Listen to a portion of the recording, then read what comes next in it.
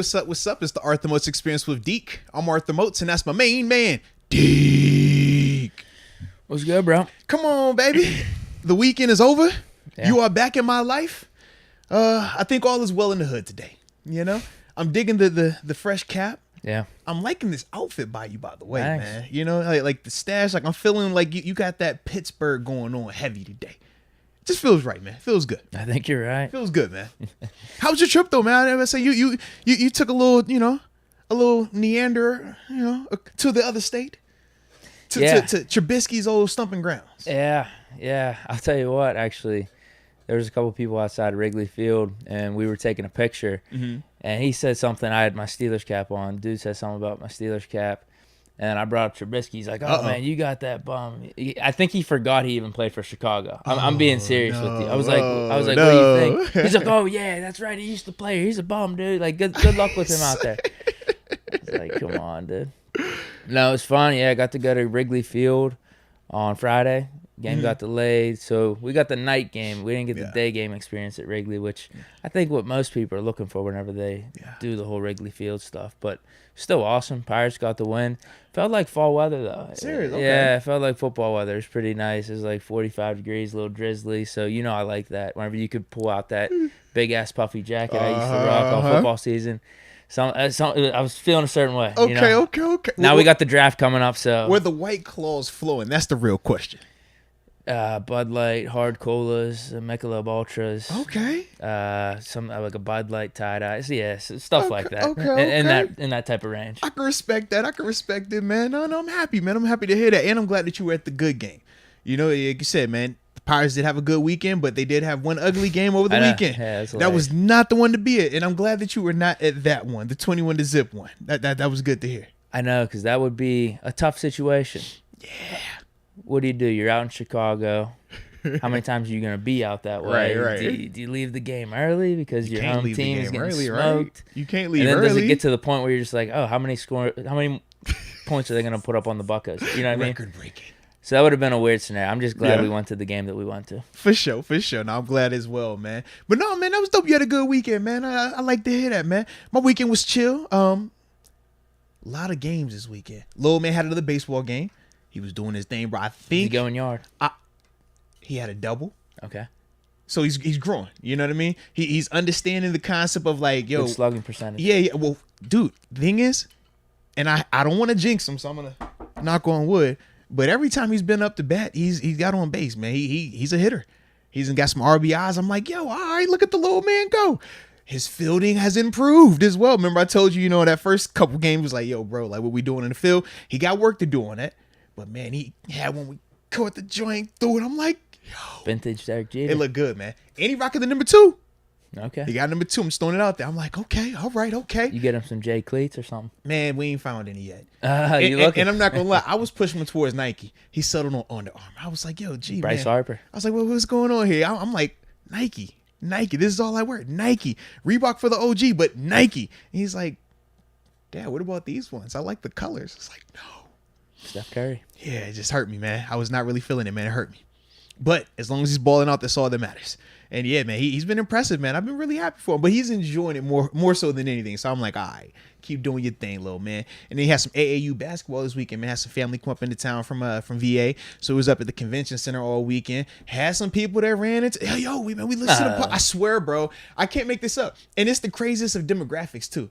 One was like a young cat, it was like early teens. I'm like, all right, bet. I expect that. Cool. Like, that's the demographic. Then another one was like this 60-year-old dude. He was like, yo, man, I'm from Michigan, but I tune in all the time. I'm like, yo, so I salute you.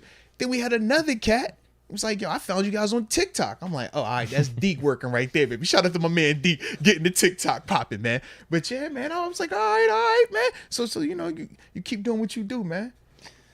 That's pretty awesome. Yeah, man, it was a Even good in the vibe, man. off-season. It was at a basketball joint of all places. I'm like, yo, we hooping out here, but I like it, man.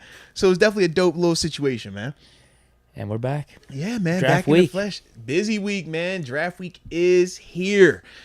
And it's going to be heavily activated, ladies and gentlemen. We got multiple shows. Don't forget, we got the live watch party Thursday for the first round. Definitely don't want to miss that, man. Anyone that was with us last year on the watch party knows it was a ton of fun. So we definitely going to run that back, man.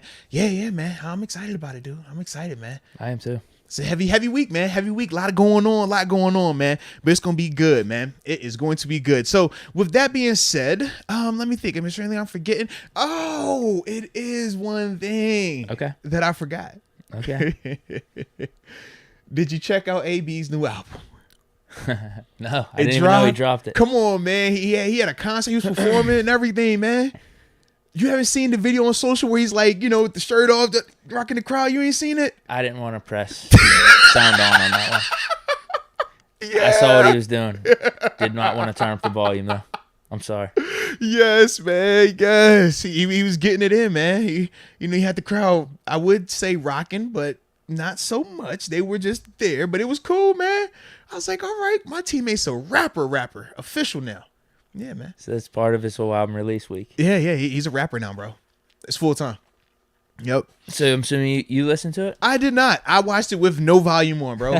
You did the same thing. Absolutely, man. Absolutely. Because, hey, listen, when I'm researching and I'm enjoying myself, a couple things happen. I'm either going to get super creative with show concepts and charitable outreach, or I'm going to just start scrolling on social media and be up there for like hours, but no sound on. Because I don't want to hear any. I want to listen to my music. Okay. But I'm going to just scroll through. And I was watching. I'm just like, yo, my dog is getting it. Get it. Yeah, man.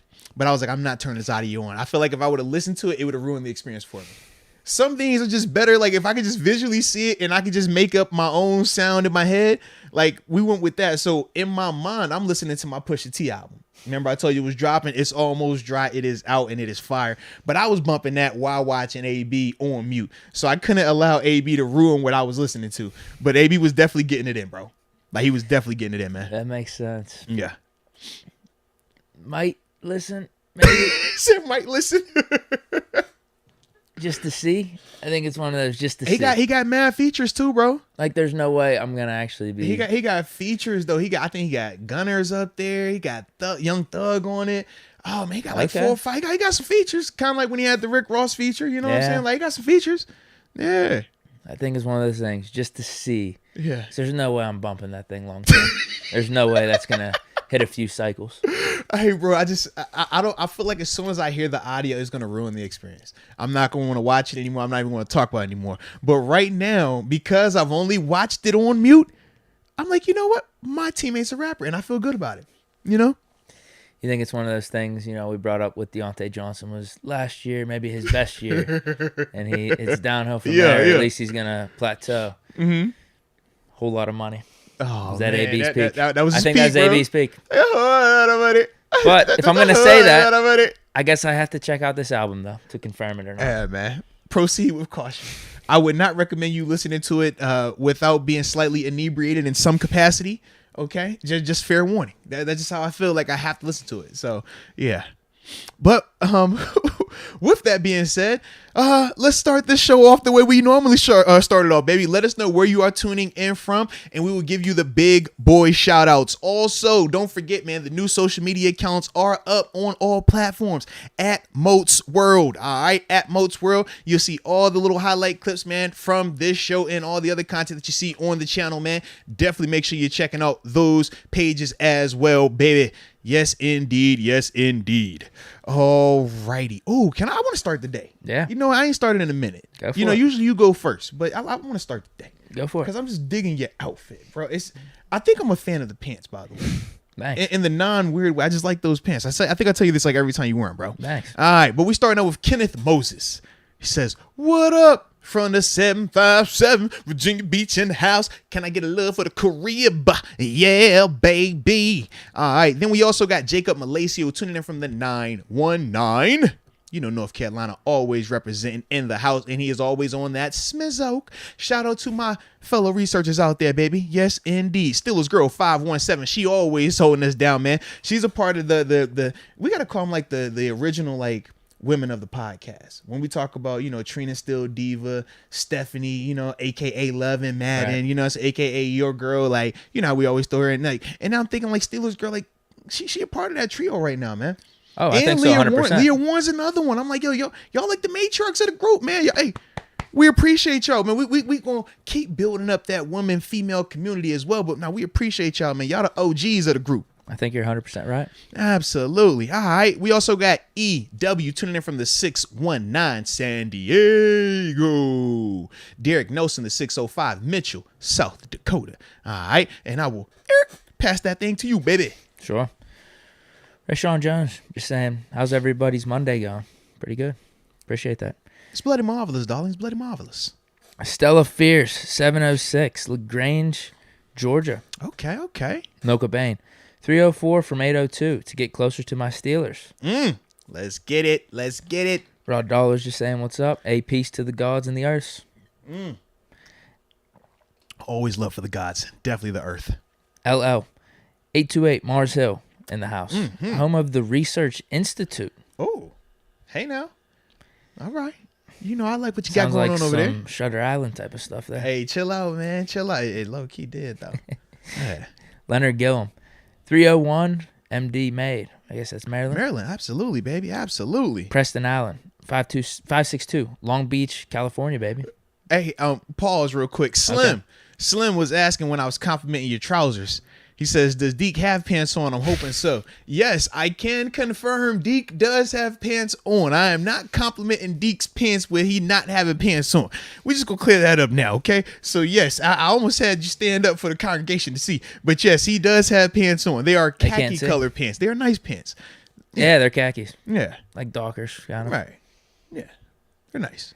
Dockers. But he does have pants on, just to clarify that. Yeah, man. Kind of an athletic feel, like a golf pant. Docker. You look like you're athletic in them. I'm just throwing it out there. Thanks, man. Yeah, I could run pretty good. Yeah. Maybe we got to do another combine video. Uh-oh. These instead of... What was I wearing? I was wearing shorts. I was wearing gym shorts last time. Yeah, gym Crocs. shorts with the Air Croc ones. No, I'm done. That was my one combine. Hey, what do we say? Yo, just don't hurt yourself out here. Do not hurt yourself out here. Yeah, that was the main thing. Mm-hmm. I'll But list off a speaking of couple more. videos, though, man, Devin Bush just dropped the video. Yeah. Can we get a rebuttal from you? A rebuttal to Devin Bush's? Absolutely. No, he looks good. I think you can get him. No, I can't. You sure? No. I've seen you move, man. So, what did you think of the bid? Because he was moving pretty good. Looked like he could drop a few pounds. Am I wrong? Why, Deke, did I know you were going to say that, bro? I was over here like, yo, he's not going to have an issue with anything, but he going to say he's a little thick. Looks like me. What do you think? Why, Deke? Why? Does he not want to be too stiff? Because like Brady doesn't have a jacked physique, but he's going for the whole flexibility thing. Is that what Bush is going for? Yo, I can't stand you, man. He doesn't want to be stiff out there. See, I thought you was gonna take the approach if he's getting thicker because the run was where he struggled, not necessarily his athletic ability in terms of the speed and stuff. So I was like, maybe he's trying to go for the little, just fill out a little bit more, get a stronger punch. You want it in different ways, though, right? Oh man, stop it, bro. Then a little bit of flat. Stop it, man. So,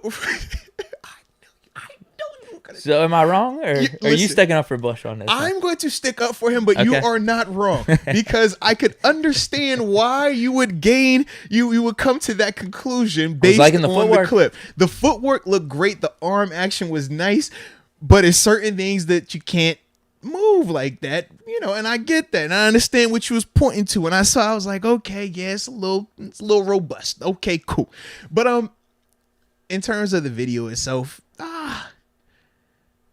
I laughed because this is like James Conner tossing wood. Yeah, I was about to say, what was he? He was doing back workouts, tossing wood like 50 feet. I was like, come on, man. Every year somebody's gonna give us the video, and we're gonna go crazy over it.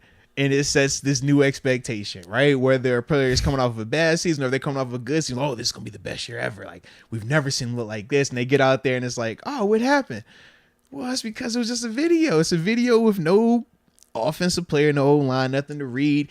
Devin's, like, to me, and I said this a couple of times or multiple times last year.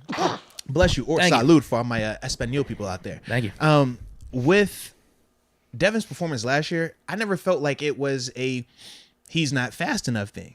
And remember when people would bring up the knee and they're saying, well, he doesn't move the same. It's like, no, you can point to stuff on tape where he's shuffling at an elite level, and he's going sideline to side at an elite level. His problem was he was overrunning things or just making bad initial reads, and then against the run, he was always late to come downhill. But I never felt that he couldn't run fast. And I felt like that video just confirmed, yeah, he can still run fast. He can still change direction. He has that. That wasn't the issue with him last year. His issue last year was attacking the line of scrimmage, taking better angles to the ball in terms of when he's tackling. I did like that part of the video where him and the trainer were doing something like the open field tackle stuff.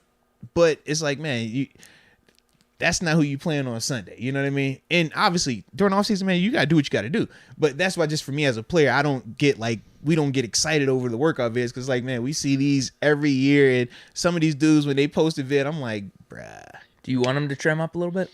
I would be fine with him trimming up slightly. I just don't know how that affects, like I said, the mobility or how your body can turn and stuff, like what you need to do from that standpoint, specifically linebackers. Because quarterbacks, you see Tebow, Brady Quinn, those two dudes, they're stiff. That doesn't help quarterbacks. This is the thing, man. You look at some of the, less jacked linebackers, they're typically taller and leaner. Like I think of KJ Wright.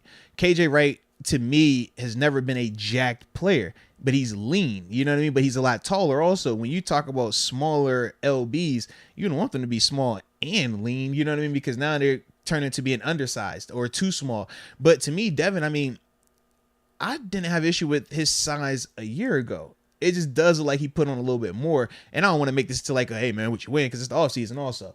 And that's the other part where it's like, April, when the video came out over the weekend or whatever, care of in like 2 months. It's like, man, you coming to OTAs and stuff like that. By the time y'all start practicing, man, that little 5 to 7 gonna come off of you. And I know for me, I took a similar approach. It was just we didn't post videos about it, so you wouldn't see that part of the off season. But we all have to give our bodies time to just like, you bulk up a little bit, lean out a little bit, bulk up, lean up. So it's like you go through those phases. So when I would come into OTAs myself, I was always going to be anywhere between 5 to about 8 pounds over my normal playing weight, and the same with training camp, because once you start running and practicing, you're going to drop 5 pounds easily just because it's football. There's a difference between running on cones and having to play football. When you start putting not even the full pads, just the helmet on the OTAs, you're going to start leaking sweat because it's different than running on a cone, than running on, and doing a drill. So that's why, I don't have an issue with his size for right now. Now, if this is, week 1, he looking like that, we like, all right, bro, you got to chill, man. All right. But right now, man, it's like, I don't think it's an issue. Okay. Yeah, I didn't know if the extra weight was good for him, if he was going to put on pounds, if he needed to be cut. I have no clue with that type of, especially with linebackers. Yeah. But yeah, I don't think he needs, like, for him, man, just make sure your punch is where it needs to be. But for me, I want more of him watching tape. Because I think that will solve a lot more of anything it'll solve more problems than, him running on cones and getting stronger or changing his body and stuff like that. I think physically he's fine. I just think you got to know what you're looking at. And it's a difference, man. We've seen some great athletes that just don't know ball, or they don't know how to read plays. They don't know how to assess what the offense or the defense is going to do to attack them, and they freeze up. It makes them look robotic at times, man. Yeah. So maybe he could have posted a video on that, him watching film, or a video on him looking through the schedule, making sure he knows what teams are coming up. Oh, Lord. Who we play next week? Would that excite you a little bit more? Oh, I didn't even know. There's more situational awareness, Devin. All right, just situational awareness, man. You'll be good. But no, man, I think I'm hoping that, when you start putting videos out, though, of yourself, you're making a statement. You're letting people know, like, yo, I'm in the lab. I'm doing this. Like, I'm setting an expectation, and that is what comes with it. So with that, I'm hoping that he understands what he's doing, but doing it intentionally in the sense of like, yeah, man, I want you to know what it's going to look like. I got a lot more than what y'all saw last year. It's going to be even better, because if that's the case, then great. That's a great situation for all of us. If he could just absolutely, that'd be a great situation go back to his for all rookie of us, year, man. You don't want that. But as a in floor, totality, if that could exactly, be the floor for him, absolutely, yeah, man. because you want him to be better than that. But because rookie season, Devin Bush with Miles Jack in his prime, that's a pretty good linebacker combo. I would agree, man. I would definitely agree with that, man. So we shall see, man. But looks like we got some supers pulling up. And before we get to these supers, well, actually, we're about to get to these supers right now. But make sure you're hitting those like buttons as well, man. I know, we getting a little thick in here with the viewership. Shout out to all y'all that's rocking with us. But we got to get the likes going, players. All right? We need more of them likes. The like. There, Deke was the 69th like, too. He freaky like that, ladies and gentlemen. He extra freaky. All right, but you want to start with these supers, man? Who we got? Uh-oh. Mama, there goes that man. Yeah. Mama, there goes that man. He's back again. Let's Official get it. momentum. Happy Monday, Moats and Deke. How are you? We're good. Man, we are living the dream, baby. Cannot complain at all. Back again.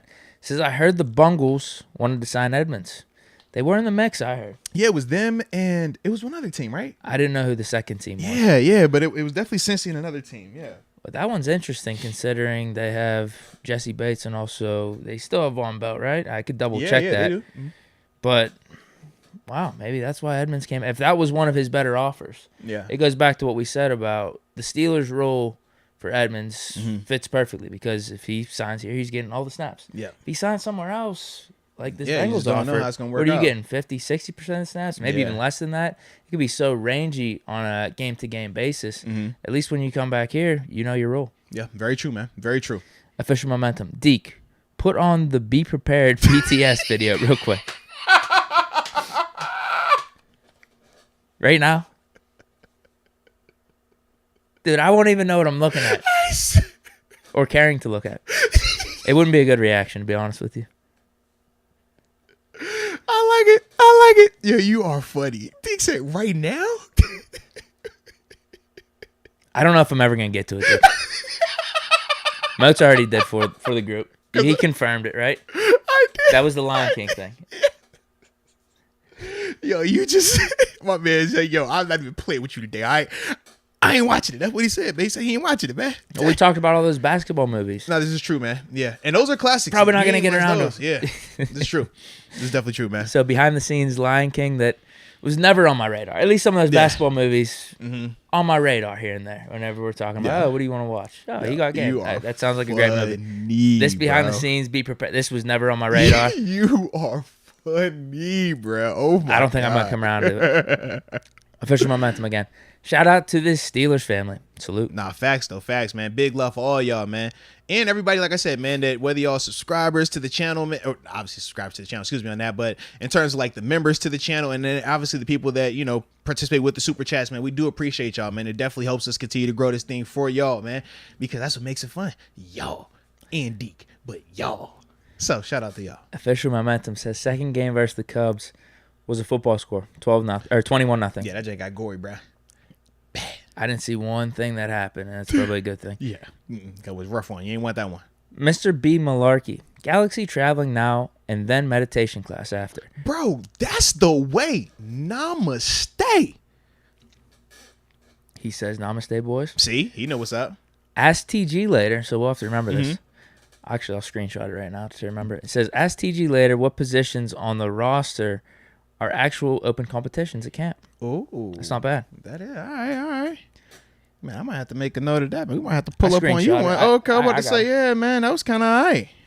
Trevon Kinchole. Got to check out the perfect mock that I sent in. A++. A++. So yeah, so this is the plan too, man. I've been having some people DM me, hit me up, even like in the Discord and stuff, showing me their mocks. Oh, it's about 5 trades now at this point, and they're really good, so they may beat the best mock. I've definitely seen some with some trades, and I'm just like, bro, y'all are super creative. I like it. But I figured Wednesday, I was saving. We're gonna do like a big mock type situation on Wednesday, since obviously we'd have the draft, man. Yeah. But yeah, that's why I saved these past 2 shows. Like, nah, we gonna chill on the mocks for these 2. But Wednesday, man, we're gonna get y'all right as well, man. Caleb Cole, is Deke going to have that combine pack ready? Ooh, combine? Oh, is that for me and my performance last year? Maybe. And the scouting combine? Maybe. I should have smoked it back then, I guess. Yeah, but you weren't hip to it back then. I guess not. Yeah. Now you are hip to it. I don't think. Okay. No, I'm not going to. Well, don't because worry. the combine. I'll smoke it for both. Okay, of us. thank you. Yeah. But the combine, even this year, happened like a month ago. So yeah. kind of late to the game. Well, we can smoke that draft pack then. Well, I told you though, I didn't even feel deserving of being a top pick. I thought my ceiling was 4-stringer practice squad. Yeah. At the end of the video, so this is very true. If I felt like I destroyed the combine and I was gonna be the number 1 overall pick, all that stuff, maybe I would have smoked the combine. You're just pack. so humble though, bro. I was humble about man. I was humble about the combine. You're so humble. I really was. Official momentum. Moats and Deke. I inboxed Y'all IG accounts sent y'all videos and behind the scenes of ambition working with Crazy Bone from Bones, Thugs, and Harmony. Oh, all right. See, I didn't know that. That's my other full transparency, man. That's why I went to create the IG account, Moats at Moats World, for everybody to, y'all see our messages in there. Because, I'm the worst when it comes to checking this stuff. So, got a person that checks all that for y'all. So, don't say nothing crazy, nigga, because y'all ain't sending it direct with me. Somebody else is seeing that, all right? Just throwing it out there, okay? But they are good. That's gonna help a lot with the respond process, because I'm the worst, bro. I'm like terrible with it. I barely want to text. Like, you should see, like, I'll be saying to myself, like, I need to text Deke. I need to tell Deke we got this coming up. And I always text you, like, late. It always be like, I don't think so. To me, I'm like, it's late, bro. No, I'll be over here like, nah, I got to give him, he got to know way more in advance than this, bro. And I literally be over here. I don't view like, it that way, so you're good. Okay. Don't stress about it. And then even creating the links for the show. Man, I'll be over here like, all right, I need to put this out here tomorrow. I already know what time we're recording. And I'll wait till about 11 o'clock. Like, oh, yeah, I guess I got to do it right now. It's the worst, bro. I wouldn't stress about it. I'm trying to be a better person, man. We all are. But then I'm not at the same time, if that makes sense. It's like my great conundrum, 1 minute I want to be good. Next I don't. I just want to be chill. But either way, we here, baby. So let's keep it going. Perk Jr., Deke Moats. I'm from Ohio. But I'm going to Washington and Jefferson College about 15 minutes from the let's Berg. get it, man. Absolutely. Hope to see you guys at a game this year. Oh, we got to get it. Hey, man, we definitely got to get it popping, man. That's Absolutely. where Roger Goodell went to school. You're right. Yeah. You're right. Yeah, good for you. I do kind of want to ask him a follow-up. I don't know if we're going to see it in the chat, though. I just wanted to ask him why he picked there. I mean, from Ohio, small school in Pittsburgh. Yeah. Maybe we'll see it at some Perk point. Jr., let us know, man. Absolutely. Corey Flores. It's all love from Columbus, Ohio. Let's get it. Let's go, UW. Sub from Laramie. Watching some spring practices. Uh-oh. Doing that scouting for us. Hey. He put Chad Muma on our radar, baby. We are big Chad Muma fans over here. Let's go, UW. We appreciate you. Official momentum. Hey, I got some Brett Kiesel stories to tell y'all. What the? All right. Okay. Yo, and is it still May 8th, or is he switching it up? Because then we already, we just talked to him last podcast. To him last week, he throwing me off. I ain't know when you was gonna call like that, man. But shout out to you, baby. D-Rock Den. Does it say anything about Stephon Tuitt's health if the Steelers take a DT in the top 3 rounds? Oh man,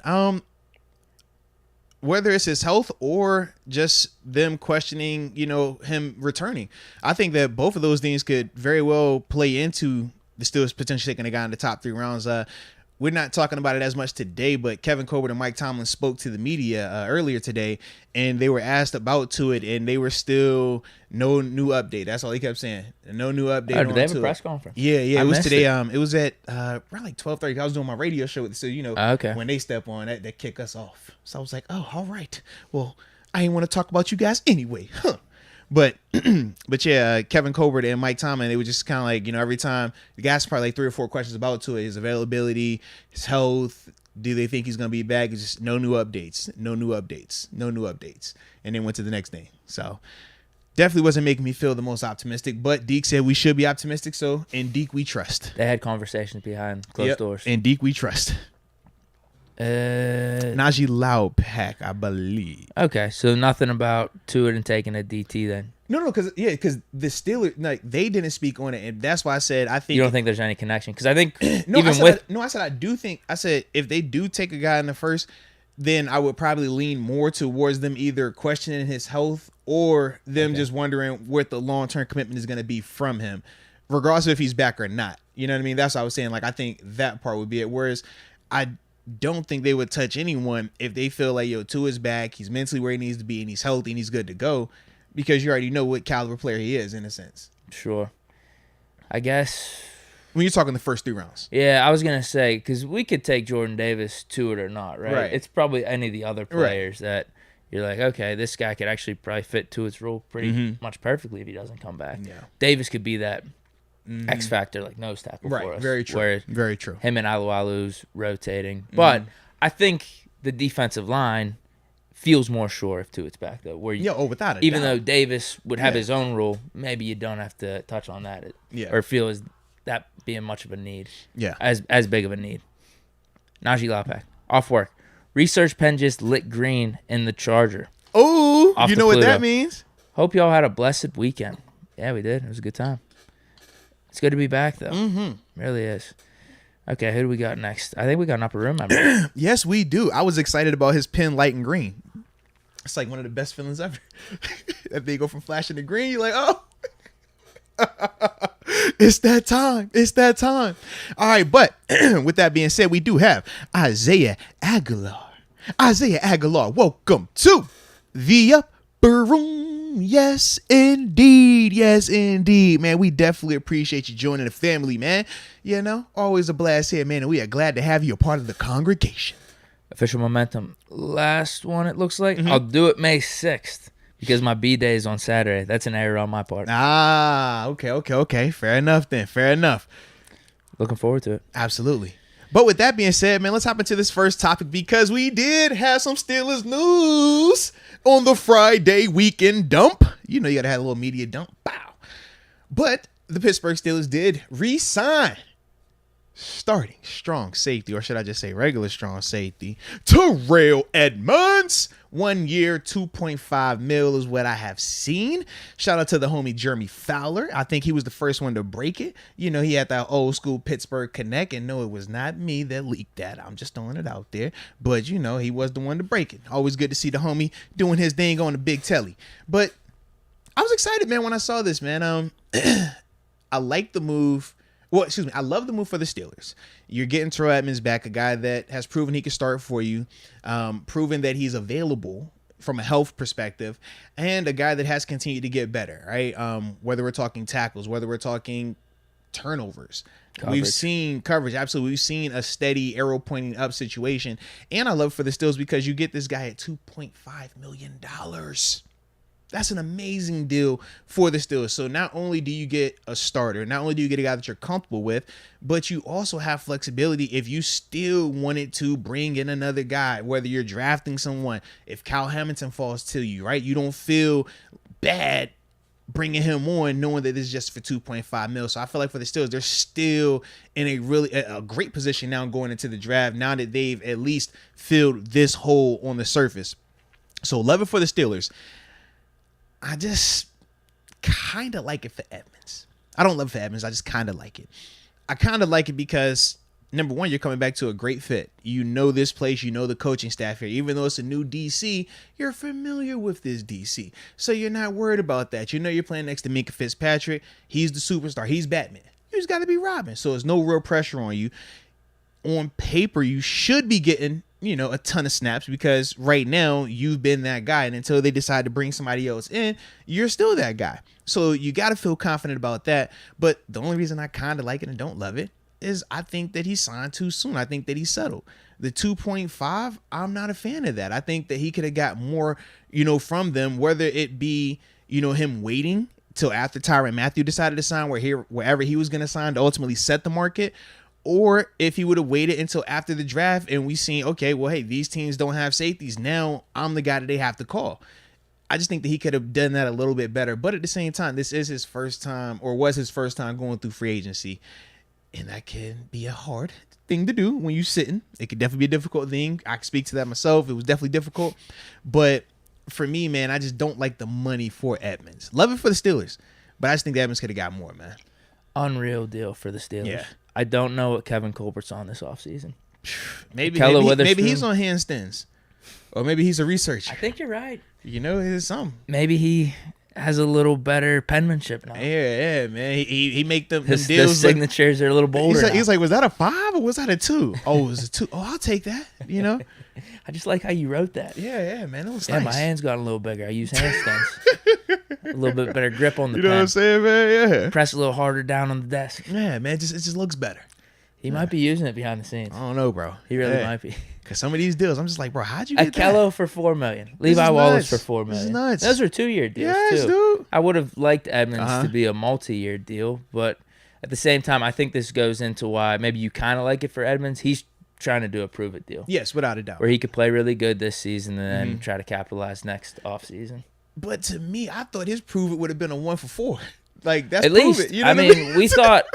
I thought 5 or 6 was fair. I thought he might be able to get a little bit more. Come on, man. We both were like, we felt that. I'm just saying, bare minimum. If we're saying a prove it deal to me for Edmunds, right, is what Akello and Levi get. You want to compare this or kind of see this perspective here? Why this is such an amazing deal, bro? Yeah. We just traded for Miles Boykin, base salary $2.5 million. Terrell Edmunds, wait, and Miles Boykin. What has he done in his NFL career? Nothing. Crazy, bro. Did he get 200 yards in one season? I think he's around the 200 yards. Crazy. Hasn't done anything. Terrell Edmunds has been an everyday starter for us since we drafted him. Every 4 years. snap player, like he doesn't come off the field. 25. He's gonna be 25 nuts. for this season. It's not like he's turning 26. High so he's pedigree. right in his prime. It's crazy. Yeah, has Make improved. it make sense, Deke. Has Make it improved make every year, sense. as you said. So you're right. 4 would have been the floor. I was just There's got to be dumbfounded, incentives. There's got to be. I'm hoping so. Like, make it a 2.5, but the potential to get to 5 or 6 or 7 or something. Because to me, I was just like, man, what is going on that a starting safety in the NFL, a strong safety, because there is a difference. He doesn't play a sexy position. And that is part of the reason why, you know, the feeling about him is different than the feeling about Minka. But not everybody plays a Minka style position. Some people play sexy positions. Some people play not so sexy positions. Left tackle, that's a sexy position. Left guard, not so much. That's just the reality of it. When you talk about linebacker, inside linebacker, not as sexy. Outside linebacker, you get sacks, pass rush. Oh, you love that. That's just the reality of it. So with Edmunds, the negativity that he receives is not warranted to me, because I feel like as a player, you understand his role. You understand what he does allows Minka to be Minka. It allows him to be free. And the analogy we've given before, right? Troy Polamalu and Ryan Clark. You need both of them. I even think basketball, Steph Curry and Draymond. Draymond gonna do all the dirty grunt work. Steph gonna be that guy. But you need them both together, and you see when they're together how productive and how crazy that looks, that dynamic. When I think of Edmunds, I'm like, bro, you're right in that same class. That's what you do. But I'm just like, man, the 2.5, like, bro, you worth more than that, man. But part of me feels like when you're waiting, that first go around in free agency, bro, the days, they add up. They feel long, bro. And you start looking around and you're like, all right, they didn't went to off-season workouts. They didn't report it. Everybody's done reported. I ain't got my call yet. I ain't got my check yet. Then you see what this guy got paid and that guy got paid. Then you're human, so you look on the social media and you're seeing, you know, what they're talking about you and stuff. I just think that, man, he blinked. I think that, you know, he was patient, he was good, and I think he just blinked, man. He just like, you know what? I don't want to wait no more. I don't know if blinking was the worst call, though. Yeah, I mean, it probably isn't. Because in terms of him coming back to Pittsburgh, it's probably not. Well, right. Yeah. Because if you look at the team, if Bengals were one of the teams, there's only 3 teams out there, right? That have offered. They would offer, yes.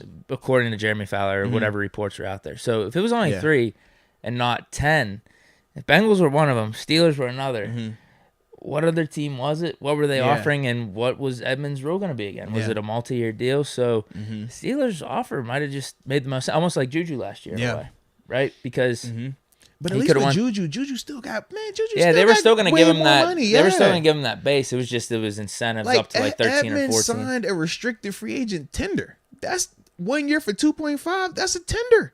That's what Spillane signed for, essentially. That's crazy. Like, that's what that 1 for 2.5. That's why I'm over here like, bro, what? Like, it's crazy to me, man. Yeah. I hope he's in a good spot with it. Me too. Got to be at peace with it. I mean, you signed it. You got to deal with it now. But, man. Like, there's got to be incentives. Because, like, I get prove-it deals. I 100% get prove-it deals. But I'm just like, I just feel like Edmunds is a little bit past that absolutely stage. past like, that. Man. Absolutely past that. Like I said, great for the Steelers. That's what's I love it for them. I think is they control the narrative now. I mean, like I said, if Kyle Hamilton falls to them, bro, if he's in the teens and they went up to get him, they would not feel any type of remorse, any type of negative, because it's like, yo, it's just 2.5. Now we can mess around with Edmunds Absolutely. in that hybrid we've been talking about. Linebacker type of stuff. Yep. We wouldn't have to worry about Devin Lloyd. Yep. You'd be fine. Absolutely. Shout out to him, man. Like, I'm surprised by it, bro. I was shocked. I mean, pleasantly shocked. I was just like, how did this happen? This was highway robbery. What is Colbert doing? What is he doing? I low-key wanted to call Edmunds like, bro, are you okay? Did they put you in a car and drive you around and put something to the back of your head and say, sign the paper? Because it seemed like they made you an offer you couldn't refuse. Like, talk to me. If you need help, blink, okay? Because I'm just like, I ain't get it, man. I ain't get it. Like I said, I like him returning, though. And that's the thing. Like, love the fact that he's back here. The Steelers have so much flexibility now, man. They're in a great situation going into the draft. Great situation. But it's just like, man, what was the disconnect here, man? Like, I thought that he should get more than that. Next question. Or just thoughts. Keep it going. Edmunds at 2.5, 1 year. Like I said, probably the downside is we just don't have him locked up long term. Because if he balls out, he could leave us next year. This Edmunds deal versus Honey Badger at double digits, assumedly, right? Well, I think you got to go this one, right? If Edmunds, we're choosing between Honey Badger at 10 plus, Edmunds at 2.5, give me Edmunds every day of the week. Okay? Except on Sundays. Sundays I like to splurge a little bit. You know. So I take him 6 days of the week. But yeah, 2.5, why not? Dude, it's a win for us. I just feel a little upset because we know. You know what I mean? Yeah. I think that's why it's different. But it's a great situation. This is a win. This is a huge win. Yeah. Does this stop us from still pursuing the Honey Badger? And then the next question is, does that stop us from drafting a guy? But you already brought up, you don't think the Steelers would hesitate on drafting Kyle Hamilton. So shout out to you for this. So check it out. I think it stops us from from paying for a guy, right? Yeah. But that's because I do feel like Carl Joseph being healthy, I think that he's back in this equation just based on this money now. The 2.5, I think that opens it up. We know Carl Joseph, high-end player. In terms of competition. Yeah, I think it becomes a little bit more open. That's the other dynamic. Absolutely. That's the part where I was like, 2.5, I don't think that closes the door now. But then also, I do think that drafting-wise, I think that, they still, and you heard me say Kyle Hamilton, if he's available, I think that they still would go get him. I still could see them messing with Jacoby Brisker? Brisker from Penn State. Brisker. Or Jaquan, excuse me on that. Yeah, Jaquan Brisker. I could still see that. So I'm just like, I don't think that this takes them away from the safety market if one of those guys are available to them. That's solely because the 2.5 on a 1 year, that's no investment. You're good. It's house money. So if I bring in a guy that's cheaper, well, shoot, okay, great. Y'all compete. Even if Edmunds beats him out, well, hey, I already got this guy, so now I really don't got to pay him next year. He can go on about his business. But at the same time, if he is this guy and he balls out, well, now I'm going to just make a 3-man something. You can get more exotic with the packages. And we've seen teams do this, you know what I mean? In terms of playing with 3 safeties, especially when you have athletic guys like we're talking about adding to this equation in the draft. So, yeah, I do think that it puts safety on the table if they want to. It's just not a pressing need anymore. Whereas prior to us signing Edmunds, we talked about strong safety like we talked about the third wide receiver. It's like, that's a hole. We got to fix that part right now in some capacity. Whereas now it's like, we have a guy there and we're good with that. Could we upgrade it? Sure. Could we bring in competition? Sure. But best player available falls to us. Think about how we talk about the inside linebackers right now. We're confident if Miles Jack and Devin Bush have to go out there and start, we feel like they can get it done. But that's not going to keep us from, if a Devin Lloyd is available, saying, you know what, let's get that guy. That didn't keep us from, when we think of a Nakobe Dean potential or any of these stud linebackers that we think could come in here and play right now. I don't think that deters them from signing those guys. I think that's the same situation that Edmunds is in now because of the 2.5. How do you feel about it? Because if it's not Kyle Hamilton, I don't feel that amazing. I'd rather just draft another position. Fair. I'm with you on that. Are you with me? Like, is there a player in that, like, if we don't move at that 20 spot or in the second round? To me, it's the Kyle Hamilton move. Is it just him? Yeah. Or would you be fine with Brisker or some of these other, Hill from Michigan? Oh, yeah, Hill's another one. Scene. Yeah. Lewis Scene. Oh.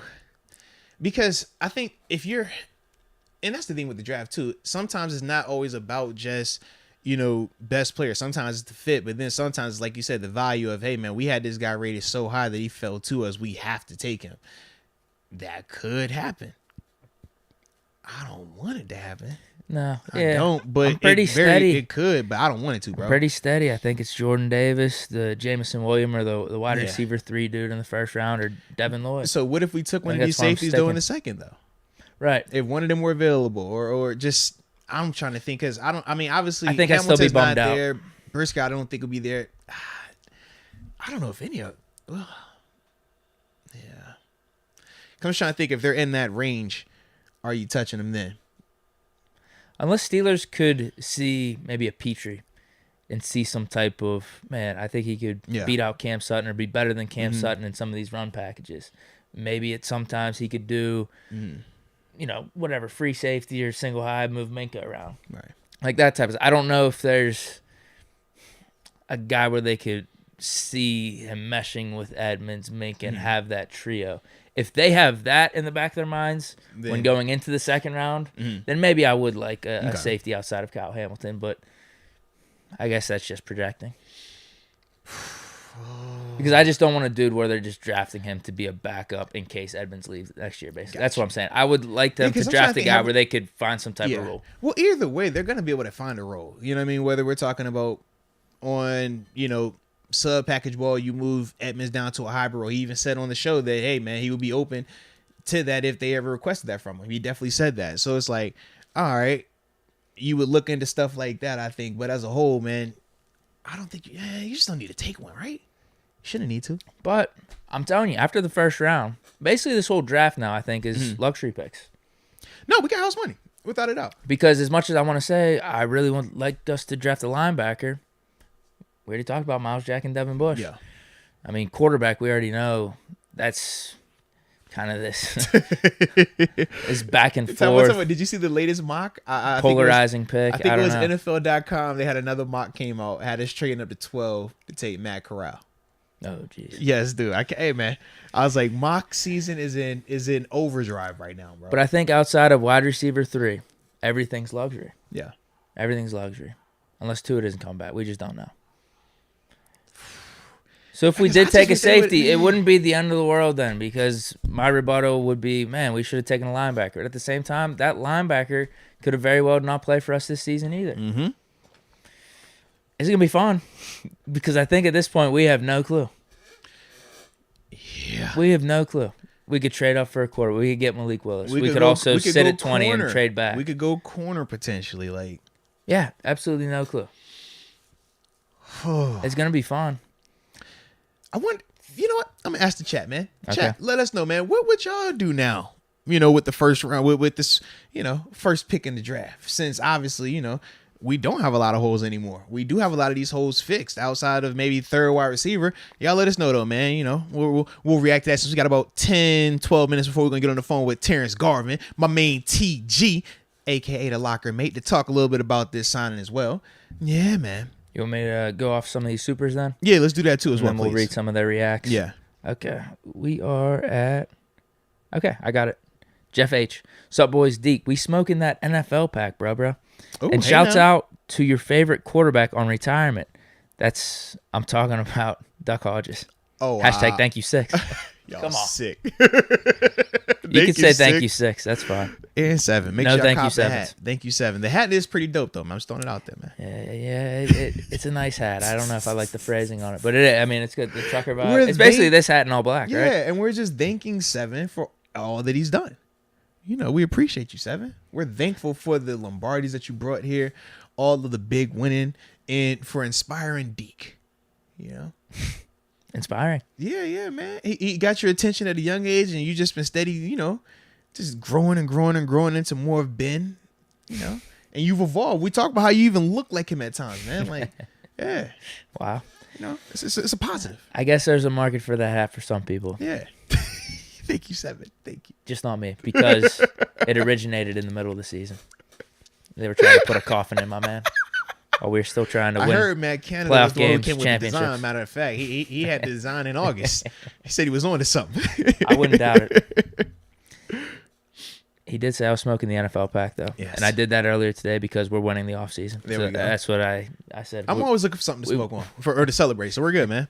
We were winning the NFL offseason. It's not what we want. I mean, come on. Winning the offseason, how many times does that happen and these teams falter? It's just a step in the process. Oh, okay. This is like week 0 Gotcha. for us. Okay. Week 0. We're winning week 0. Week 1, that'll be second week, September. Yeah. We'll smoke whatever team's pack we beat down on Let's that go. day. Let's go. Official momentum. Bro, he got hustled. Ooh, he's talking about Edmunds. Hashtag wrongly robbed. Yeah, that was nuts. We'll see if there's any incentives. If there's some easy incentives to hit, maybe not as much. Yeah. Loso, Scotty, just giving us some support. Salute you, baby. Sean McCartney. I still believe we should select a safety in the first 2 rounds of the draft. When this one-year deal is over, Steelers will be in the same situation, looking for better talent. How you feel about that? I agree. I get what he's saying. But safety at that point, if Edmunds leaves, will be so clear of a need, we'll get it figured out. And because we'll have everything else filled out. I mean, think of all these other deals we have, right? But we're not going to have any glaring holes this offseason, I don't think. But what if next offseason? I think it will come down to safety and quarterback, depending on what Trubisky or but that's a lot, though, isn't it? But you figure that out. Just take one of the top safeties. Just take a safety in the first potentially round. wide receiver. Because Deontay's situation. Yeah. Just take a safety in the first round then. But if we need quarterback, you can't take safety in the first round. We're taking quarterback in the first round. We'll have cap space. I mean, we're not going to be strapped for cap because of how we got these deals situated. And this is why Kevin Colbert's a genius right now, I think. Yeah. 'Cause, I mean, think of it. Like, who's killing our cap right now? I mean, it's TJ eventually. Gonna be Minka if we give him a deal here, but we're still gonna have a lot of flexibility, I think. Yeah, because I gotta see, when does TJ's money start hitting? I think now. I mean, I think it's up in those 20s. That's what I'm saying, for sure. But we'll be able to figure it out. I just don't think if we're talking about safety, like we're talking about it right now, why would it change next offseason where we're saying, Minka's that good. Right. We could grab a first, second rounder. They could start and we'll be fine. Fair enough. The drop off in production is not going to be anything crazy. Yeah. So that's my thoughts with it. Nah, that makes sense. You know what I mean? All right. So next one we got.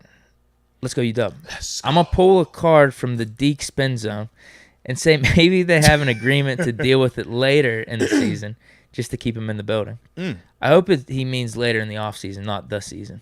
Oh, yeah, very true. He's talking about this season. I don't even. We don't want to do it this season, not the season. Yeah, we can't be waiting around week 3 or 4. Is Stewart going to play? We can't be doing this again. Don't do that. But maybe this offseason. That's what I'm saying. All right. They'll deal with it later. Loso Scotty. Edmunds' deal proves we're drafting SF in first round. Is it? Whew. I don't know if it proves. 2.5, bro? I don't think it necessarily takes away from us taking a safety, though. We still could. Yeah. If we, as we mentioned, we really value a guy and they drop in the second round, why not? There's other players on the board you don't really like. I could see it happening. It's not. I don't think it's going to stop us, though. Yeah. I don't think it proves where it's going to happen. Right. But it doesn't stop us. It's not they only paid that? Definitely take one. Nah, but if they take one, point to the 2.5. I think your most interesting point was Carl Joseph, though. I'm telling you, bro. How did they view Edmunds? Was that one of their leverage points? Carl Joseph back. Remember, they brought one of their him leverage back early on. on. All right, you ain't going to sign with us? Carl Joseph's a former first rounder. He's athletic. People, even when we signed, I remember people asking, hey, man, should we put him out there before Edmunds? I'm just saying, man. Derek Nelson. Yo, it's your boy. Definitely check out my GOAT draft I sent. I'll take the cake for best. Love watching. Much love to y'all and Steelers family. Nah, salute you then, man. I'm going to have to check that out. And we also had Najee Loudpack. He was right in front of him. He says, what's your email, Moats? Send in if God was GM. Don't you have a couple that have that subject line? Yes. Put if God was GM, Najee Loudpack. But send it to Moats Winners. All right, Moats and then Winners, because we're all winners, baby, at gmail.com. That is the easiest way to send that in there. And yeah, man, we'll get that thing rolling after that. Yes, sir. Q. Andrew Booth Jr. Oh, in terms of the player, remember I was saying, where would you want to go? Which players and stuff like that for the first round? Oh. Yeah. Okay. And that's when we started reading the supers while they were getting that in. Gotcha, Yeah, because we did get some names coming in here. So after you do these two. Official Momentum says he's got a gift for us on May 13th. All right. Okay. He also says, let's trade Canada to Cleveland for Stefanski. I'm not opposed to that, actually. Stefanski was all right.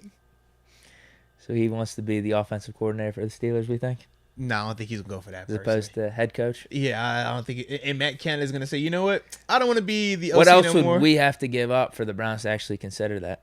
Because you can't Mason do that, Rudolph. right? Yeah, just give him Mason. You can trade picks. Yeah. Someone was trying to trade picks for Harbaugh So back in the do day. Mason, Canada, and a conditional 5th rounder from 2024. All right. And then what takes Stefanski? What would actually intrigue them, though? Nothing. Canada, what if it was 3 or 4 first-round picks? That would intrigue the heck out of him, yes. Because they traded all those picks for Deshaun Absolutely. Watson. Yeah. And they could just be like, okay, we're good. pick up. Absolutely. Who's the head coach that's out on the streets right now? Maybe convince Sean Payton to come back. Gruden. He's the other one. Right. Can you get Harbaugh out of Michigan, you know? You got Rex Ryan. He's still available. Yeah. You'd have to trade, 3 or 4 first-round picks. Yeah. Be a slap in the face to Stefanski. It would be just insane, bro. And we don't want to do that. I Not would at not all. give up 3 or 4 first-round picks just for an offensive I would coordinator. agree. I am cool on that. We'll take our chances with Canada. Yes. And that is it. All right. So I'll get to these regular chats right here, man. We was asking about, what you would do with the first round, which quarterback or not quarterback, which player would you take? Jukum J says he would go Desmond Ridder in the first. Okay. Adolphus Tarley says he would trade up for Kyle Hamilton. Alex Papamichael says, give me Malik. Then you got Jared Miller saying draft Pickett. Man, we done got 3 quarterbacks taken just that quick, man. That's the beauty of this, man. I'm telling you, that's how these mock drafts be looking This too. draft's going to be crazy. It is, dude. It definitely is. Kelsey Profio says Chris Olave. Jeff H says Devin Lloyd. Shout out. Then Joseph Miseljanovic says he's taking cornerback in the first round. What you got on your end, man? Anything? Mikey, he agrees with me. Says Jordan Davis, Jameson Williams, or Devin Lloyd. Man, the only one that agrees with you, Tyler Moreland says I'd take Deke. I don't want me, though. Don't pick me. Don't waste the pick. Copeland says Jordan Davis, receiver or cornerback if no Hayden. Hayden ain't coming back. Yeah, There's no way. Hayden, if Edmunds came in for 2.5, maybe Joe will come back for 2.5 too. Then, you know what I'm saying? There's no way. Maybe Joe come back for 2.5. Steven Nelson signed with the Texans for round 5, right? Yeah. So Joe's deal is not going to be much better. Yeah. Yep. He said he wanted to stay a Steeler the rest of his career. I don't know how it fits, though. We talked about this whenever we signed Wallace. It's no way you bringing Joe back for less than what Akello and Levi are making. But I'd kind of rather see what those 2 dudes got, though. No, and I'm all for that. Yeah, I'm just saying. That's why I don't know how the Joe, fit works. Don't mess with that, man. Like, is he willing to come back, ride the pine for a little bit, see if Witherspoon messes up? First off, don't nobody tell Jumpman Joe to ride the pine, okay? That ain't happening. Jumpman Joe don't ride the pine. He's last of a dying breed. He's a part of that elite NFL draft class. You know what I'm talking about? That elite one? Yeah. It's not the same sense. Oh, come on, man. The coverage isn't the same. Is that Come what you're on, saying? man. I'm just saying, he's the last of the real football players. Everybody knows 2010 draft, that's when all the real guys came in. You know? Pouncey, Hayden, Antonio Brown, Arthur Moats. We keep going. List goes on and on and on. You know Tyson Alualu. Tyson Alu. Come on, baby. Can't forget Big Tyson. Come on now. And Ndamukong Suh. How about this one? Tyler LaQuatra. Trent McDuffie all day. I like that one, though. Tough cat out of Washington, man. He could work. He could definitely work, man. You could put him all over the field, too. No, without a doubt, man. That's what I'm saying. I wouldn't He's mind super taking versatile, someone bro. if the Steelers have certain packages in mind, or whoever we draft in the first or second round, whether it's a safety, some hybrid cornerback. Yeah. We could figure out how to move him around, but we also have Edmunds in there, too. I guess Cam Sutton might be the odd man out then in some of those packages. No, I definitely would. Could you imagine if Joe became our nickel corner? Joe, we don't just solely play nickel. No, there's no way. Yeah, he'd be top notch elite. I think I don't want to You say think? elite. I think he'd be high in the slide. Cause it's less big speed there. So you're He's saying lateral. His lateral is there. Well, The big speed that's when you're starting to lose that step. Well, there's the other talks about him moving to safety too, right? Yeah, I've seen that. The only reason I don't like So him. you're saying he could be that hybrid guy. Yeah, the only reason I don't Nickel like and him as safety. much as a safety, even though he will hit. He'll definitely put his face in the fan. Like Joe ain't never shied away. I just don't think that's not his game. Like when I thought of like Charles Woodson, like Charles could make that switch back there. Cause Charles is he's a just bigger body. I think a more efficient tackler. Whereas Joe is a corner. He's a physical corner, but he's a corner. He's not a safety hitter like that, man. But you put him as the nickel. I mean, I think it get interesting, man. I like that. Well, we're at 5:00. Do we want to call? All Is he calling in? Man, you know I calls the peoples. Unless it's a phone call, episode. Which, by the way, man, I don't know if y'all seen on the social media accounts, man, at Moats World. We got the video, man, of who were we talking to? And my man was like, yo, we need to cut Deontay. Yo, that was pretty dope. It was a dope clip, man. It was a dope clip. That's what happens, though, man. When we keep the phone lines open, man, you just never know. You know how many times we listened to that in Chicago? Bro, it was My hilarious, friends loved it. It was hilarious. They thought it was hilarious, bro. The most awesome call. Yeah. I'm just saying, man, that's what makes this fun. That's why I'm so glad we open phone lines now, man. Yeah. Oh, that was awesome. Hilarious. What's TG going to say? Is he going to top him here, though? I don't know, man. It's gonna get interesting for that homie. For the homie. All right. You ready? Yeah, I'm ready. I'm waiting on you, player. Go for it. Yeah, man, turn that thing on. All right, let me call up. Man, I almost FaceTime him. Like, man, show your face. Let the people see what you look like. I'll read off some comments here before he picks up. He gonna answer? Oh, you're right. Never mind. Yeah. Okay, ladies and gentlemen, boys and girls, the one, the only Pittsburgh Steelers alum, West Virginia University alum, fresh off of being at the spring game at WVU for all you Panther fans out there. I'm talking about my locker mate, my friend, Terrence Garvin, a.k.a. TG. What's going on, baby? How we doing over there, man? My guy, my dog. Feeling good, you know. Hey, man. Fresh out the West Virginia spring game. I'm feeling good about that game one, you know, and feeling the atmosphere and being up there.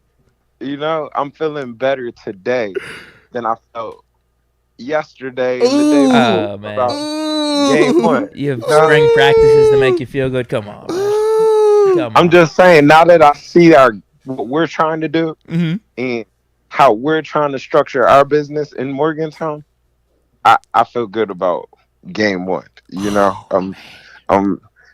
any doubts have kind of really just.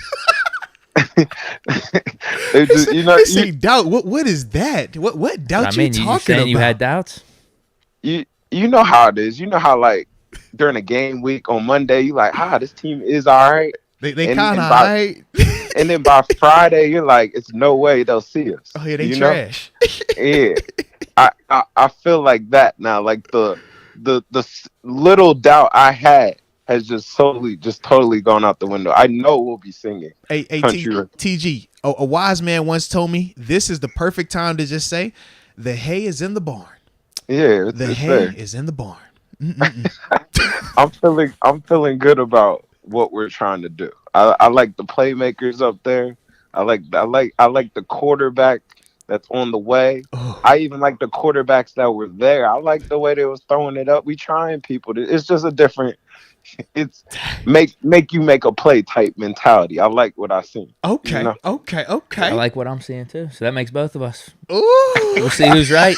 We'll see who's right come week one. I forgot to mention too, with all of our back and forth in the past, that we also brought in the top receiver transfer this last offseason too, on top of us already bringing back the Biletnikoff Award winner, the best receiver in college football, Jordan Addison. Talk your talk, Deke. Talk your talk, Deke. We got everyone else coming back too. Slovis threw for 30 touchdowns his freshman year.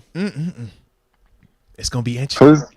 The top receiver, I'm pretty sure went to Bama. But, hey, you know. He was thinking about Bama, Just Pitt.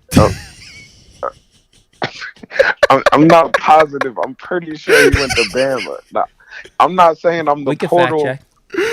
we gotta fact check that. You know, like I am in the frat, I'm in a fraternity, and one thing we say in that fraternity is, where can I read that? Like it's easy to say something. Where can I read that? You know, I'm not sure that statement's accurate. Like He say he needs some paperwork on that one, hey, man. I need to know where I I'm can see confident, so that. we can I fact need check that it. fact check. All right. No, I like it. I like it. Hey, but T, man, so check it out, bro. We obviously had big time Steeler news this weekend, man, with the Steelers re-signing Terrell Edmunds, man. What were your thoughts when you first saw that, man? What was your initial reaction to it? Talk about the money associated with it as well, man. Yeah, you know I'm into the business of football. I'm big on the business of football. So for the Steelers side of it, I thought it was a great business move. You know, you you got to put him out there, let him see what his market was like. You know, give him some fillers. So in a sense, you put it on him a little bit, but then you got to bring him back for almost what $4 million cheaper than you would have had to do if you did it for the 5th-year option. No, So it's super cheap, man. business wise, it's a great move for them. Great move. You feel that safety position going into the draft. So, you know, in reality, all the spots, in a sense of starter spots, are filled. Now it's just about you can go into that draft, that first pick, and go get what you want, best available. You know, so I think it put a period on the position. Like I think it gave a sense of like it is somebody here that you can trust, is somebody here that you know. But I thought it was a good signing. I thought it was a good move. You know, I guess that means the Tyrann Matthew sweepstakes is over. I was about to You say, know, man, so. yeah. Are we still involved with that, man, or is it no more competition? I mean, is this the 2.5? Or does that say to you, know what's crazy? No competition? What that say to you, man? My statement. And being in Morgantown this weekend, Oh, here he go. have we forgotten Here he go. about Carl Joseph being on the roster? No. We hip. You know, Yeah. that's a former first-round pick on the roster. Come down in the box, solid tackler, gets a chance to go to a first training camp in Latrobe. You know, you gotta think he came in a sense of free agent pickup last year. They put him on practice squad for the 2 weeks. He didn't do his whole. He didn't get to really be out there. Yeah. But you know, you get a chance to send that to a Latrobe. You know, so I think it's still competition. I think it's still a draftable position as well. Ooh. They do. I think it's best available. I think they're going with best available in the first, and then what feels best available in the second in terms of position need. You know, so that safety still is considerably. It might not be sold up to where if they're like, and there's some good safeties in this draft. You go best available and you pick a safety. Hey, so this is from one of the chat members earlier in the podcast.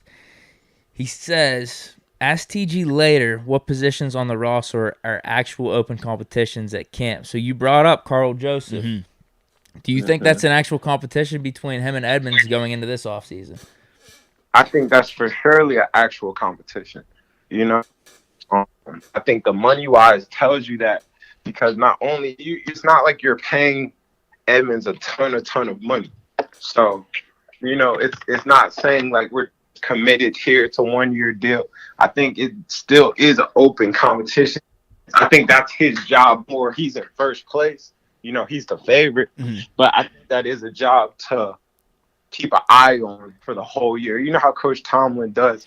He likes to kind of create packages for people. So I'd be curious to see. I think it trickles down to everything. I think that linebacker play, the safety play, they all are hand to hand because if the linebacker per se play isn't completely up to par in terms of coverage, you could see a package where you could see like a Edmunds in the game, you know, one at safety, one at dime, you know, just different things like that. So I think it's just wide open in a sense of it's a couple positions on that defense. He's trying to figure out how to mix and match, you know. But he's bringing in as many weapons as he can to mix and match and put it all together. So now I need to know though, T. I mean, we obviously talked a little about your man Carl Joseph. You said that the draft could still be open as well. Do you think that Edmunds could beat those guys out in terms of if it is Carl Joseph or if it is?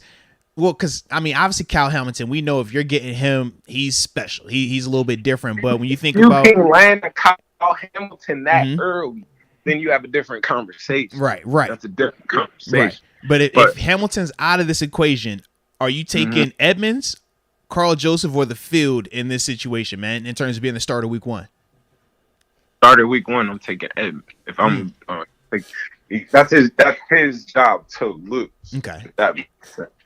Like, he is on paper. When you write down the starters and you got it in pencil right now. Yeah.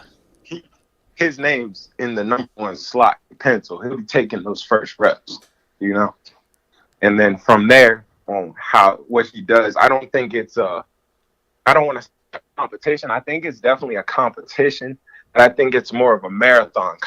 That makes sense. Okay. Like who starts in September, October might not be the same people who start November and December. And that's not boy, far. you sounding like Coach T over there now, man. You got to chill out with that, man. The that's PTSD start pulling up. He'll do that now. You going to start in September? You going to start in October? Oh, Thanksgiving coming up. Hey, look, man, we just going to try something out, all right? We're going to try something We're going to try something out. I want to see what this looks like. Hey, man, chill. Boy, that's his go-to right there.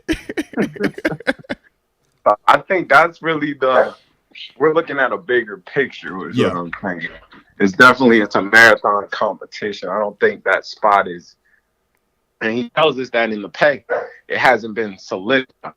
So it's still a position of question mark, if that's the right way to put it. Yeah. Now, not to change subjects here, but we had not us, but Kevin Colbert and Mike Tomlin were speaking earlier today, and they were asked, a couple of questions about Stephon Tuitt, whether, he'll be coming back, his availability, and they were, real stern with their answer. No new updates, no new updates, no new updates. Said it, I believe, was like 4 times in a row. Going into the draft, how confident are you that Tuitt will be back this season? And I think that's the question that we're all trying to figure out. Will we have Tuitt this year? Because that's really that's the linchpin. That changes everything. Yeah, that changes everything. Like he's one of those solid pieces. He's a core member of the team. Like he counts. Everything about him counts. So if he's not available, it's kind of like you got to start to ask questions. Well, what are we doing? If that makes sense.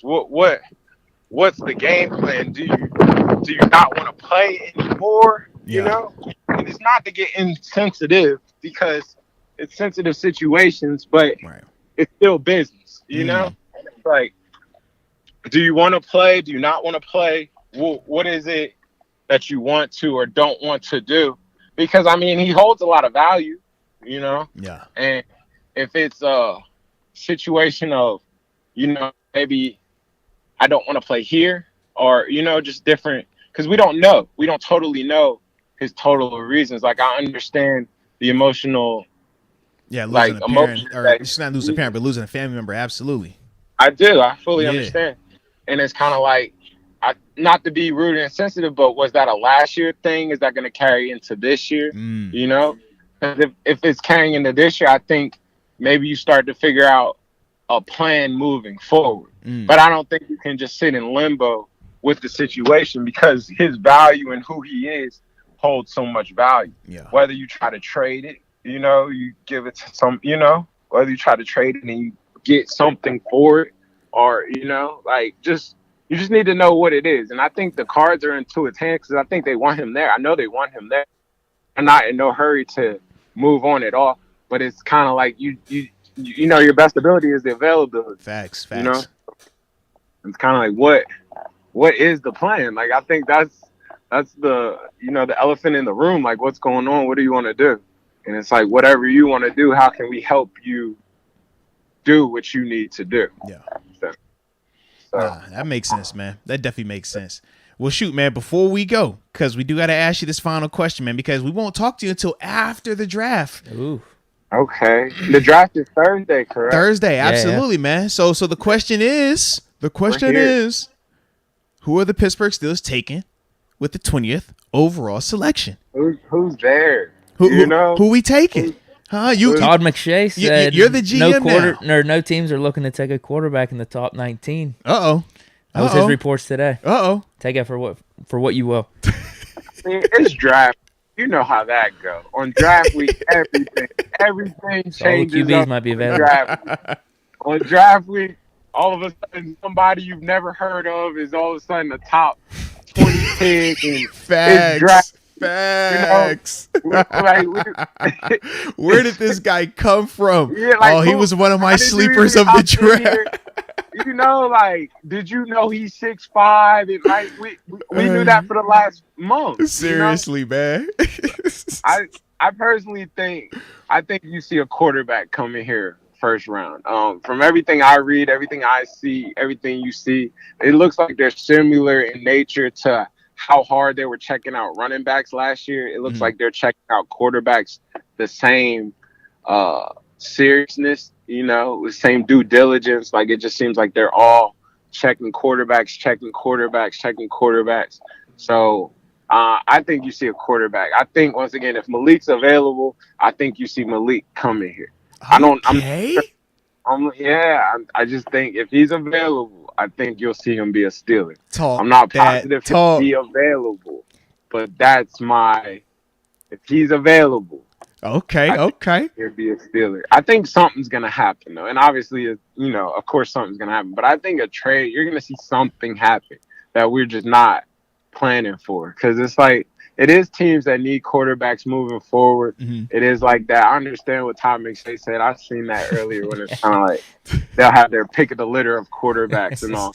But I don't see not any quarterbacks getting taken before 20. Somebody's gonna go with the quarterback. Yeah. But somebody's gonna go with the quarterback. But I think if Malik's there, I think you see Malik go to the Steelers. Well, that's my pick. I'm glad you said the Malik pick, because I definitely like him a lot. But, they also said that JT Daniels is going to be like Malik Willis for WU. So, Deke, I'm definitely concerned for you guys going forward. Who's saying that? That's what they're saying on the internet. That's what they're saying. That's what they're saying. They're saying man, the way Malik was able to go to Liberty and just whoo.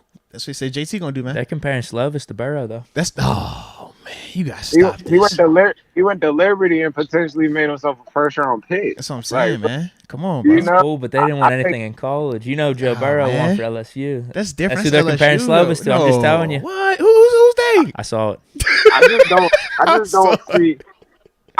And I can honestly say this because I've never seen it in my time. I just don't see Pitt beating West Virginia. Like, I've never witnessed it, He said if ain't seen it, it never happened, man. You gotta think. Take me home.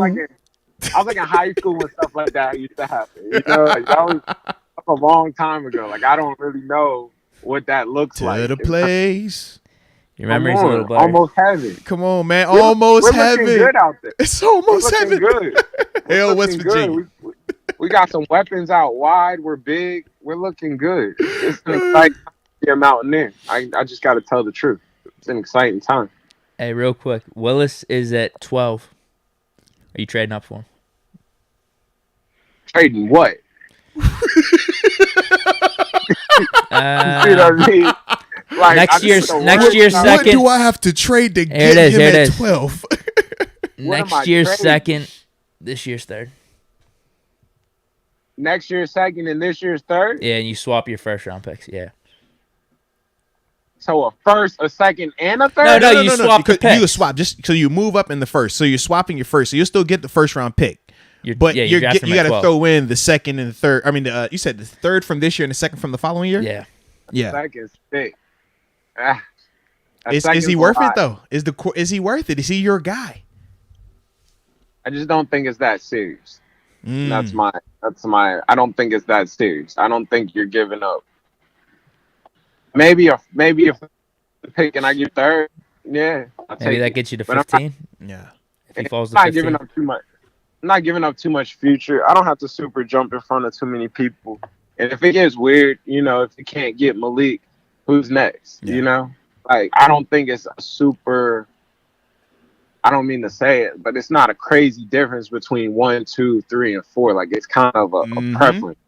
Yep. So I don't think it's about giving up your future, because it's some good players came in the second before. You've got a Le'Veon in the second. We can name some people. Derek Carr, you can get he was second round pick. No, they got dudes in the second, absolutely. You get some good players in the second. I think your team is made up of the middle round drafts. That second, third, and fourth make your team. Like that's the squad.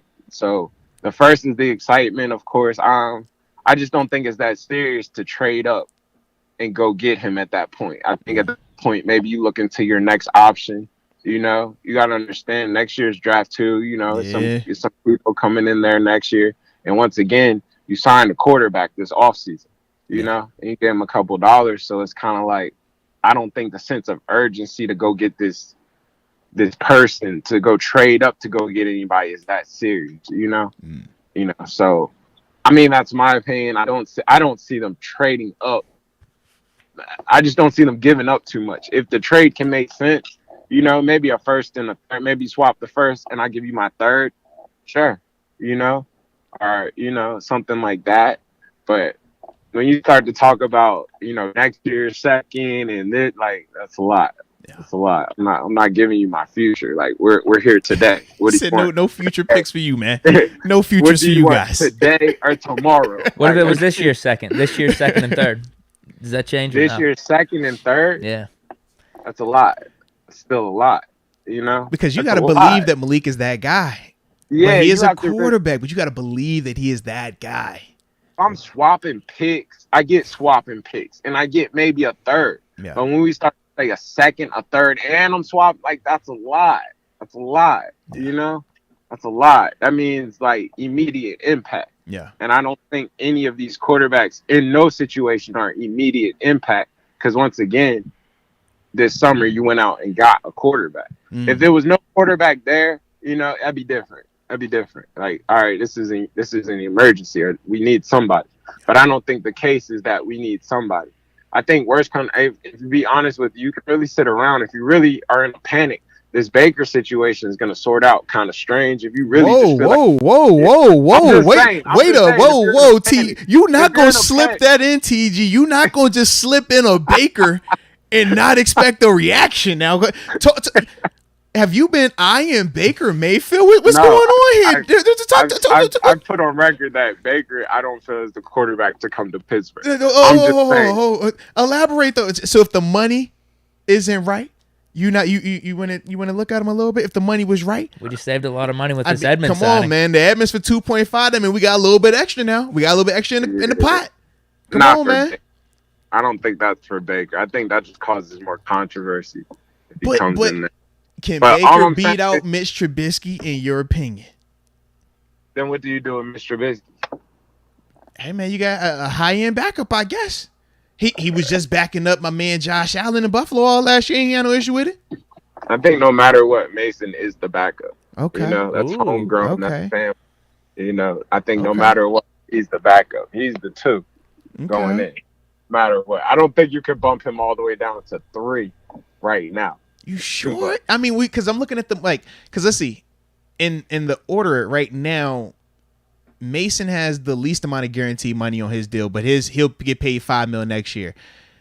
Mitch has, I think it's like 7, or excuse me, he'll get 5. He get 5 this year. Yeah. Mason will get 5, but it's not guaranteed until week 1. Whereas for Trubisky, I think it's 7 was guaranteed for him. 5. I'm sorry. 5 guaranteed. I think it's up to 7 for his first year based off incentives of being on the roster. He's getting 5 no matter what. For Trubisky, yes. If he gets cut today, he's going to get his 5. Whereas for Mason has to make the roster week 1 to get his money. Quarterback right there. Yeah. And then whoever gets drafted out of here, somebody's going to get drafted, whether it's first round or second round. Somebody's going to get drafted. That potentially might be 2, and you might see Mason get traded. You might see some type of package to where what are you doing? If you don't want to, like, what are you doing? We'll package these together. Go get something, something like that. But that's why the value of those second rounders and third round, you can't give that away. You can't just give that away. And I don't think anybody is that like I said, critical up there. But I think you could see something like, say they don't land a quarterback, say this Baker just gets cut, you could Mason get cut. Yeah. Save that money, put that towards Baker, and now you have a credible backup just in case things go wrong.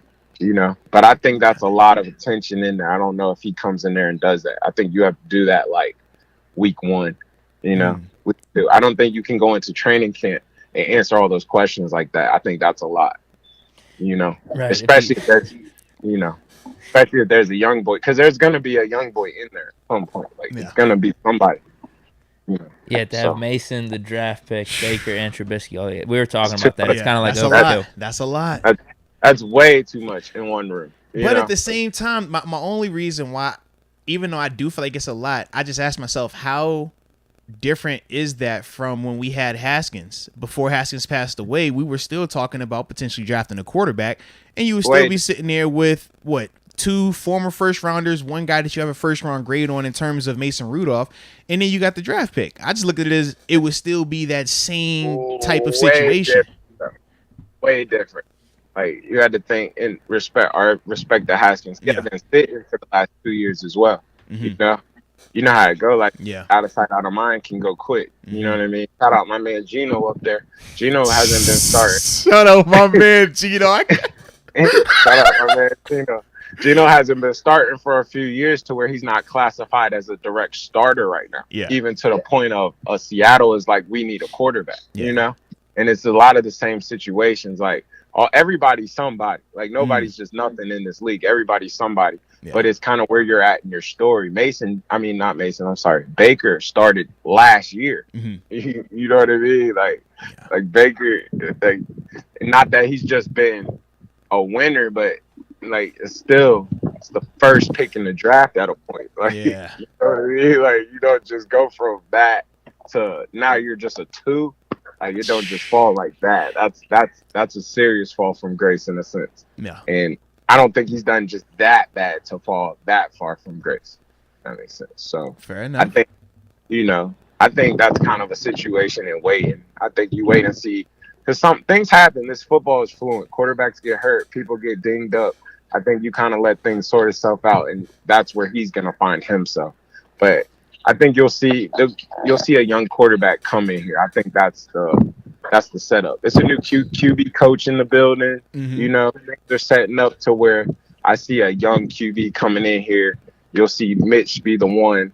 I think it'll be interesting to see how that sorts out. Now, that's the question, whether it's Mason or whether it's the back or the new person. But yeah, that's the question. Maybe you save on that money, you let the new person ride, and you trade Mason out. But I think I don't. That position is only can be one, and you don't want to just have money just sitting and holding. Yeah. Especially if it has no chance to play. So I think that'd be interesting. I think that's more of the scenario you'll see than anything. Is somebody come in here and potentially Mason get traded or cut, and then let that whoever you pick grow up as the backup. Yeah, so you're liking Mitch then, though. I'm liking Mitch. I think it's built for Mitch. I think you paid for that. I think you built the O-line this summer. You got the running back. I think that's the plan. Run the ball. You got big receivers out wide, slowly but surely. Good blocking receivers. And Mitch, we trust. Mitch, we trust. Start the campaign, Deke, and Mitch, we trust. Nah, I like it. We need a better slogan. Just for this year. He's silly. We need a better slogan, but yeah, we can work on that. Just this year. For president. Just for this year. Just for this. My dog. But no, man, as always, it's just for this year. As always, man, definitely appreciate you pulling up, man. Taking some time to hop on with us, baby. And we're going to do this again, baby, all right? Salute, go Ears, man. My dog, go Ears. Oh, man. Bro, did you almost fall again? Come on, Deke. Alert. Be a professional, Deke. You can't keep falling on camera like that, all right? That was close. Shout out to the homie TG, though, man. Terrence Garvin, hopping on with us. Giving us some good takes right there, man. Always interesting, man. Always interesting. Yo, and y'all are foul in the chat, man. I saw at one point they were comparing Tuitt to Ben Simmons. I say, yo, y'all got to chill, man. All right, Ben Simmons, that's a different situation. In fact, didn't you come up here a couple weeks ago and tell me that Ben Simmons was coming back? That's what the reports were saying. No, that's what you said too. You was believing it. Mm-hmm. Game 5, right? Yeah, man. They bumped it up to Game 4. Now he's out. What's going on here, man? With Ben Simmons? What's going on with your man? I don't know what to tell you about Get your man, man. Get your mans. I wasn't reporting on whether I agreed with his decision to sit out the whole season or how he's gone about everything. I never said anything that. I just thought he'd be back. Yeah. Could he give the team 10 minutes? I guess not. KD hasn't been doing, Kyrie after Game 1 either. Neither of them have been doing the Nets any favors there either. Brown side just laughed because you was like, you know, I just got the little delay on the camera up here, man. I just seen you fall over again. I told you, man. I must did. But you held it together, man. You held it together. I'm proud of you, man. Composure. Yeah, man. A lesser man would have, tumbled over. You know. I think you're right. Yeah, lesser man doesn't learn from their mistakes. Absolutely. From a year ago. Oh, wise one. Yo, y'all hollering about Tuesdays. Y'all, man, it's no. All right. I'm low key nervous. Like it does though, kind of, But now I'm like, man, is the Tuesday like is that bad luck day? Man, last Tuesday, dude, he didn't make it. No, not at all. That's what I was saying. Like, you heard what to the last first season. Hey, you heard what happened to the last Tuesday guy, right? Oh, all right. I think if it's 2, it's a trend. Mm-hmm. It's 3, yeah. It's 3 in a row. That's concerning. There's a curse. So we're good for right now. Yeah, man. We're good. It's just one season. Could be the outlier. outlier. Okay. Because I was nervous. I was getting real nervous over here, man. But let's see. Oh, dude, you know what I almost forgot, man? What? We have a bill to pay. Okay. It is an oldie, but a goodie. In fact, it's one of my favorite bills because this is one of like our first people that were on board with us. You know what I mean? So let me hydrate real quick. Get the vocals ready. Little foreshadowing. Oh, yes. Because for those that might not have had any situational awareness, in the bottom corner of the screen, you see a logo that's up there. Yes, ladies and gentlemen, DraftKings Sportsbook.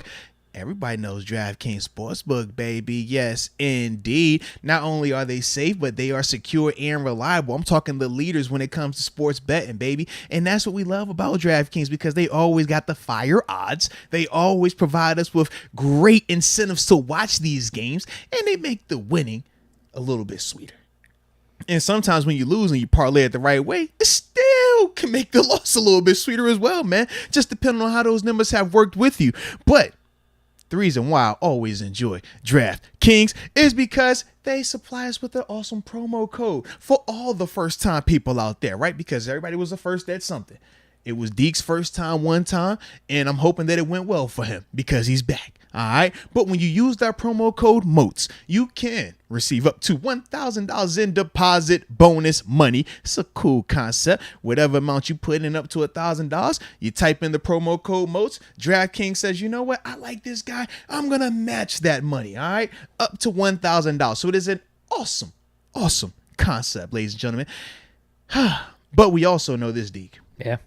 We know that sometimes people, they overindulge. Right. Sometimes when you overindulge, some people might say that you have a problem. Right. Well, if you have a problem, there is someone that can help you. If you have a gambling problem, say you might need some crisis counseling, maybe even referral services, Deke. Right. There's definitely a number for you to call. You want to know what that number is, Deke? I mean, you kind of got to know the number. If you're going to call someone. If you're going to call, you got to know the number, right? Yeah. Well, ladies and gentlemen, that number is 1-800-GAMBLER. I say it's 1-800-GAMBLER. I say you better call.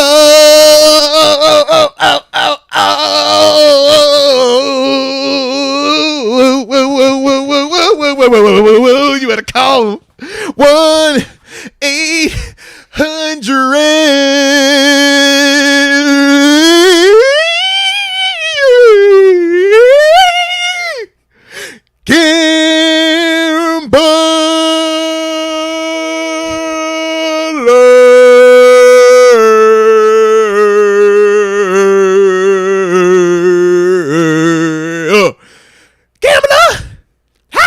Gambler! 1-800-GAMBLER! Yeah! And back to regularly scheduled programming, ladies and gentlemen. It's a shame that the audience missed out on your histrionics. Moats had to take his hat off for that one. That was the most chill, into it you've ever like, been. Yeah, man. Yeah. That's probably the best one. It's been a minute. I was gonna say, was it because it's been so long? I missed them. I ain't gonna lie, I missed them. So for those who don't know, DraftKings, because we did pick up a lot of new subscribers and new followers to the channel during the off season, but DraftKings has been one of our like OG sponsors, but they only rock with us during the season. All right, but they've been evolving their sponsorship package with us. They're on board for next season, so we're big time saluting DraftKings. That's what we rock with. But they also picked up some off-season shows. So I was like, you know what? It's been a minute. Draft is coming up. The draft is coming up. They were very strategic too. They was like, we want this date. I said, all right, I got you. I don't blame them. You know what I mean? So it just felt right. It felt right. And, it helps the community grow. So y'all keep using the promo codes. We'll keep getting, what we get from DraftKings, and we keep pointing into y'all and making sure this thing building up the way it's supposed to be built. But yeah, man, I like that, baby. It's been a minute since I called 1-800-GAMBLER. 1-800-GAMBLER. I kind of want to read some of the comments, but read them. Let's do it, man. On the super chat, I'm at Derek Nelson. No, man. We'll get to them supers, man. We'll get to them supers later, man. That's gonna be on you then. Come on, man. We get to them supers in a few. All right, man. Okay, yeah, we got Donald Copeland just saying song time. He knows what was happening. Hey, let's get it, man. Malachi saying call Ghostbuster. No, you got to call 1-800-GAMBLER. Gambler. You know what I'm saying? Yo, it would have been funny if they had a double camera right here. You're right, because they don't get to see what you see. Yeah, that's pretty good. When that screen turned black, it's like Renegade. You know what I mean? Screen go black, you know what's happening. Yeah. Dude's working on my ceiling. Just stopped and asked, what the hell am I listening to? Rod Dulles. Hey, man, you listening about 1-800-GAMBLER. You tell them DraftKings, all right? Promo code Moats. Get them up to $1,000 in deposit bonus money, baby. Yeah. Moats, you just shattered the glass in my house. Google East, my ears. This one's interesting. David Straub, I could smell the sound. Well, all right. I don't know what that means. Because the vocals were so pure. That's probably what it was, man. Right. Very, very melodic. Refreshing. Angelic. Like ice cold water. Yeah. With bubblegum in your mouth. In the Alps. Yeah, absolutely. Absolutely. I feel like I just left the opera from Donald Copeland. There we go. See, I go for like Southern Baptist Church, but I could go opera as well. It's cool, man. I'm down for either one. Yeah. Well, I think that's pretty good on the you know what I'm saying, responses. man? Like, this is how we do it every once in a while, man. Sometimes I'm just trying to help people not overindulge. And if they do overindulge, I just want to make it very clear what to do. I'm a man of the people. Yeah. I'm a man of the people, man. Derek Nelson on these super chats. Let me know if I'm good. I believe you are. Bro, hold on. I didn't even realize we had additional supers. I was at the wrong part of the super. So, yes, you are good. Yes. See the next one? Yeah, he is. Yeah, we're good. I didn't refresh. I didn't realize there was more that came in, man. Shout out to y'all, man. The supers, y'all are getting after it today. We greatly appreciate you. He is talking about a mock draft he sent in. Just a teaser. I made 4 trades. All right. Deontay is involved and also Anthony McFarland. I have been seeing Deontay included in a couple of these mocks. I have been seeing that. Definitely have. This will be fun to look at him. Look for dknelson@gmail.com and you'll find it. Guaranteed to take the cake for the best. All right. We got a lot of people that are confident right I'm now. low-key surprised my man just plugged his Gmail like that, man. There's some people out here, man. They're going to be sending you some stuff now. You be careful. Be careful. All right. Official momentum. Is T. Garvin going to the event on May 13th? Ooh, man, I'm going to have to ask him. I ain't want to put him on the spot like that. Like, yo, T, what you doing May 13th? I know I haven't said anything to you about it, but what you doing? Pull up. Where's he living these days? Oh, he out here. He around the way. Yeah, absolutely. Is it? Yeah. Okay. Yeah, that'd be an close. easy trip. It's real close. Okay. Yeah. Najee Laupak. I just sent the best draft. Not 2, not 3. 1 draft. And that's it. Get out of here. It was my first draft. Uh-oh. And it was superb. One little hiccup due to overly researching, but it's immaculate. That was Najee Laupak. It happens. Nah, I'm excited. If you said it only took 1 take, like you just walked into the booth and just got after it. Okay, all right. Mock drafts are like taco trucks. Google says best tacos in town. All right. We're going to see, man. We're going to see because everybody has been, self-promoting a lot better since that first time, or since the last time we talked about the one guy who was kind of like, he was like, it's kind of the best mock draft ever. It's like, no. I need to know, is it the best? All right, make it the best. Official momentum. Moats with them vocals. There it is. Just giving you some support. From the heart, baby. We appreciate you. Also says we got to make music. Deke and Moats. # be prepared. Behind the scenes, bro. He's going to have to send us some instrumentals or something. I'll rip a verse if you want. He just said. I give you a verse. He just came through some more. He said, send us the emails. He got a surprise. Maybe he got a beat. Or maybe it's like a virus. I don't know. It's one or the other. He's going to hack us. You know what? He wants to be the lead singer because he says, me featuring Deke's band and Moats. Oh. So he wants my band for the instrumentals, and he wants to take over the lead singing. I guess you two are singing. Oh, I was going to just hit the key in the back or be the number 2 drum behind you. You know what I mean? I'd keep the beat and you get flary and flashy, man. We got a pianist. Come on, man. I'm the drummer. So See? you might have to just take over vocals with him. Yo, man, I don't even like to sing. I'm a behind the scenes music dude myself, but we can make it poppin'. Yeah, we get it good. I'll be the hype man. I'll come out like Diddy. I was thinking he could send us some beats and we could just rap. Yeah. Throw some hooks over him. That's what I was thinking. Well, yeah, if that's the case, then we could definitely do that. I could throw some bars together. You got some heat? You need a beat? I could. I remember when you gave Edmunds Put the beat. Edmunds on the spot. All right, Deke, let's get one.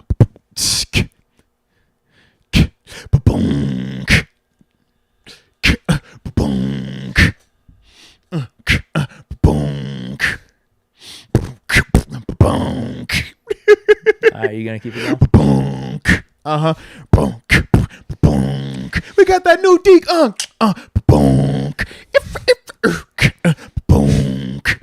Go Deke, go Deke. Ready?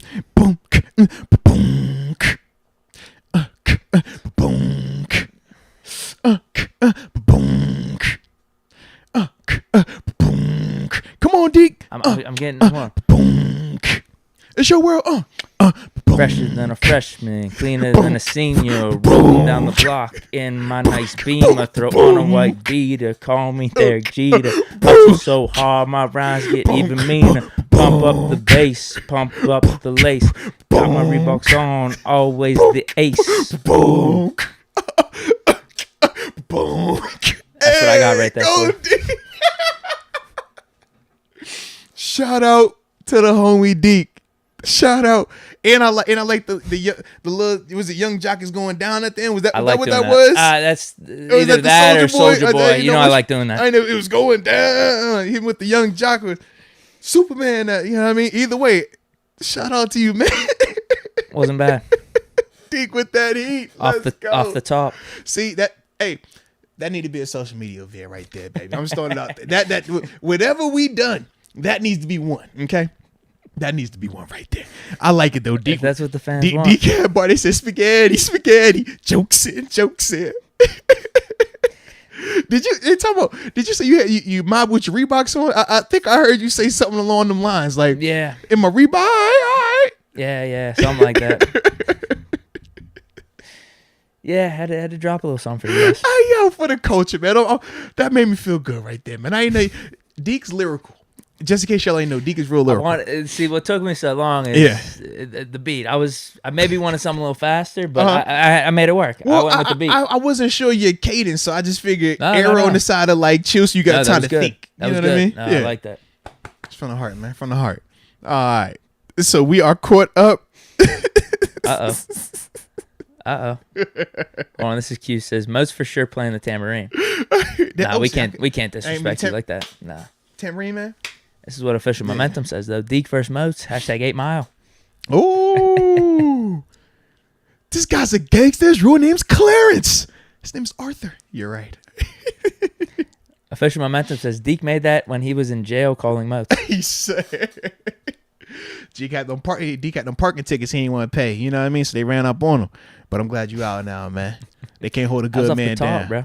Nah, that was clean, man. Like I said, I was surprised you had bars like that, baby. Come on. Nah, I like that, man. Come I on, like that. Well, actually, I'm not surprised. That's big Deke energy. That's. I mean, the man is the man. He is who he is. All right. So big time respect to that, man. But if you are ready, we could tap into this final topic of the show, which by the way, I did remember that I don't have to rush, but it's my mother-in-law's birthday today, and I wanted to tell her happy birthday. You know what I'm saying? Mama Sherry, you know what I mean? So shout out to you. Hope you're enjoying your birthday today. All right, just wanted to get that up off my chest. Feel like you know what I mean? Good stuff. Yeah, man. Yeah, she cool. You done kicked it with her a couple of times, man. You see how she gets down at the game, stuff like that. Always been a blast, man. Yeah, really cool. No, absolutely, man. Yeah, I would say if y'all see her, tell her what up and happy birthday, but I don't want to throw all that info out like that. It'd be kind of, Sure. Yeah. Too much. Overkill. Yeah. Yeah, I mean, she'd be kind of like if we got 4 quarterbacks in the room. Absolutely, man. Absolutely. But anywho, top 5 D-line prospects for your Pittsburgh Steelers. Ladies and gentlemen, boys and girls, start your engines. Let's talk about it, Deke, man.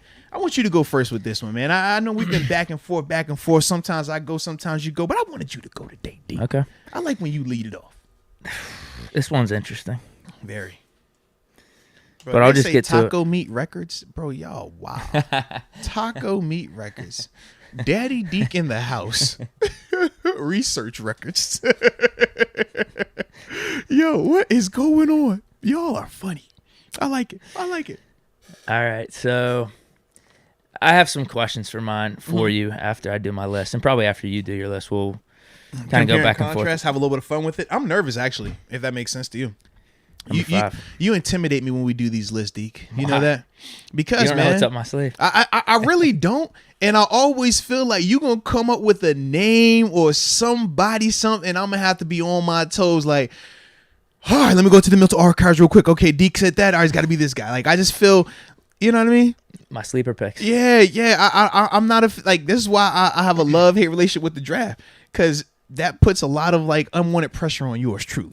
Right. Yeah. And I feel like everybody expects me to know about every single prospect that comes out, and I'm just like, I could be as wrong as I want. Yeah, and it's all good for me. I just dropped. We got the number 1 wide receiver recruit. I still stand by it though. I just don't know what article I was looking at, because you can see this headline: Pitt lands highly coveted Akron transfer wide receiver Kenoda Mumford. Mm-hmm. He might have been number 1. It depends on who you ask. To me, number 1. Maybe in other rankings, if you're looking at their old high school rankings, right. Maybe he wasn't. But I think he was number 1 in this offseason for the transfers that were available. I ain't gonna lie. I heard a song by Lil Wayne. I heard a song by Lil Wayne was like, maybe she won't, but then again, maybe she will. So it's kind of like maybe he wasn't, but kind of maybe he was. You know? Yeah. Okay, so my top 5. You ready? Top five. My 5, I need to ask questions on. All right. Well, I am ready for you to put me into the box. All right. Let's have a little fun. Stump the Moats. That's what we'll call this segment. Number 5, Perry and Winfrey from Oklahoma. Okay. I like where you're starting already. Player. Let's go. You serious? Absolutely. Okay. That's number 5. Number 4, Fidarian Mathis from Alabama. Bruh, keep it going. You're talking spicy, and I like it. Number 3, Travis Jones. Bruh, okay now. Number 2, Devontae Wyatt, and number 1, Jordan Davis. How the boy said? We have the same list. Identical. No, stop it. I swear, identical. I can't make this up, bro. Identical. That's why I had to hit the schmurder. Just I know throw football. It up. And like this is crazy, bro. So you don't even have to say your list. Like verbatim. Perry and Winfrey. Fidarian Mathis, Travis Jones, Devontae Wyatt, Jordan Davis. What does it say right here on my list, bro? Yeah. And you did that a while ago, actually. That was at 9:20. That was last night I did my list. 9:22 p.m. Yeah. You see it, April 24. You see it, man. Yeah. That's crazy, bro. That was my list. That's crazy. I know football. What can I say? That is crazy, bro. What do we say now? Are we just done? We move on? We just move on to the next segment? Well, that's the list. We don't even need to ask you guys. That's the definitive top 5. The fact that we have the exact same list is crazy. Okay, when did you come with your list, bro? Today. That's crazy. Yeah. My question revolved around Winfrey, though, actually. Yes. So I was going to talk about each guy and like why I thought, why them. You know what I mean? So, yeah. So let's talk about Winfrey. Yeah. So to me, man, you want to go first about Winfrey? Or you want me to go first about Winfrey? I'll just go based off what I seen. Yeah. He's big, 6'4", 303. Yeah. He looks really athletic. Mm-hmm. Has a little bit of a slender frame. Mm-hmm. But he's played on the inside basically the whole time. Every time I saw him play snaps, he's on the inside. Mm-hmm. So he almost looks like an edge rusher, but can finesse him pretty good on the inside. He can get around us. He's got the power. So doesn't seem like he'd be a nose tackle or defensive tackle, but why couldn't he play left end or right end for us, take over that Tuitt or Cam Hayward position as they get older? I just didn't know if the frame was not Cam Hayward-esque enough. You get what I mean? Like, he looked He's too way lean, more athletic. Yeah. So let's talk about him, man. Actually, I love. But if you can move dudes, why does it matter? That was my thing. So this is my thing. Perryman, man, he has great size, man. Like you said, 6'4", 303. But he's super nimble. His specialty to me is his get off, is his pass rushing ability. He has a nice wiggle. He knows how to rock guys, set them up where he stems one way and they'll shake back. Like, his hands are always moving when you're watching him rush.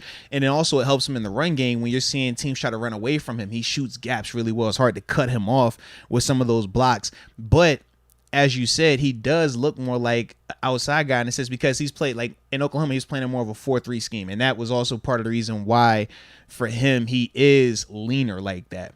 But I do think that he could easily transition to playing in our defense, whether you're talking about having him in that Tuitt or Cam role, even though, like, because for me, he's built very similar to Tuitt. That's kind of who he reminds me of. I think Tuitt is a little bit thicker up top, but he reminds me of Tuitt's frame more so than Cam's frame.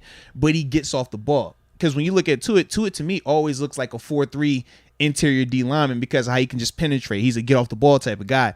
Perrion kind of reminds me of that. And I hope I'm not butchering his name, by the way. But that's got to be it. But that's what he reminds me of when I watch him play. And I also think that, even if you don't want to have him mainly out there in your base package as a 3-4-5 technique, right? As a DN 3-4, when you go to your sub package ball, which we play 60-70% of the time anyways, that goes right back to a 4-3 look. So for Perrion, he's going to go right back to what he's accustomed to doing, while he's at college. So to me, man, I liked him a lot. That's why I had him at 5. I just like the other guys a little bit better. Oh, yeah, for sure. And we've talked about all these other guys. Yeah, Mathis, to me, man, Mathis is like I don't want to say a better version than Winfrey or a better version of Winfrey, but I think that he Mathis feels like he's the safest pick to translate to the 3-4 too. That's a nice way to put it. And kind of what we're doing. Like, he could fit in pretty much immediately. And he's a little bit bigger too than Perry, and I'm not crazy, but I want to say he's probably like, was it 15, 20, probably like 15 pounds, a little bit heavier than him. So he's a little bit thicker, but to me, I just like how he rushes as well, man. Both of those dudes are disruptors. You know what I mean? They're not these big, just clog a gap, 2-gap type of guy. Like, nah, they're penetrators. They're getting off the ball. They're creating havoc. And you can see that with both of those two guys' productivity, whether it's talking sacks or tackles for loss or QB hits, they generated a good amount in all those categories right there. So that's why for me, man, I mean, we've talked about Fedarian, man. Like, that's why I like him though too, man. Yeah. My big debate came down to Travis Jones versus Devontae Wyatt. I wouldn't even say big debate because I do think Devontae Wyatt just in a vacuum is better than Travis Jones. Mm-hmm. But Travis has some of that stuff that we talked about where we compared him to Aaron Donald a little bit, how he's able to work his hands, and that intrigued me. But the thing with Wyatt is just some of the off-field stuff. And whenever you're drafting someone, you want a little bit more security. But it seemed like all of his charges got dropped, whereas we haven't heard anything about, Jordan Davis or Travis Jones. Yeah. But Wyatt looks like he's got more upside. It's just Travis Jones, can he only fit one position for us?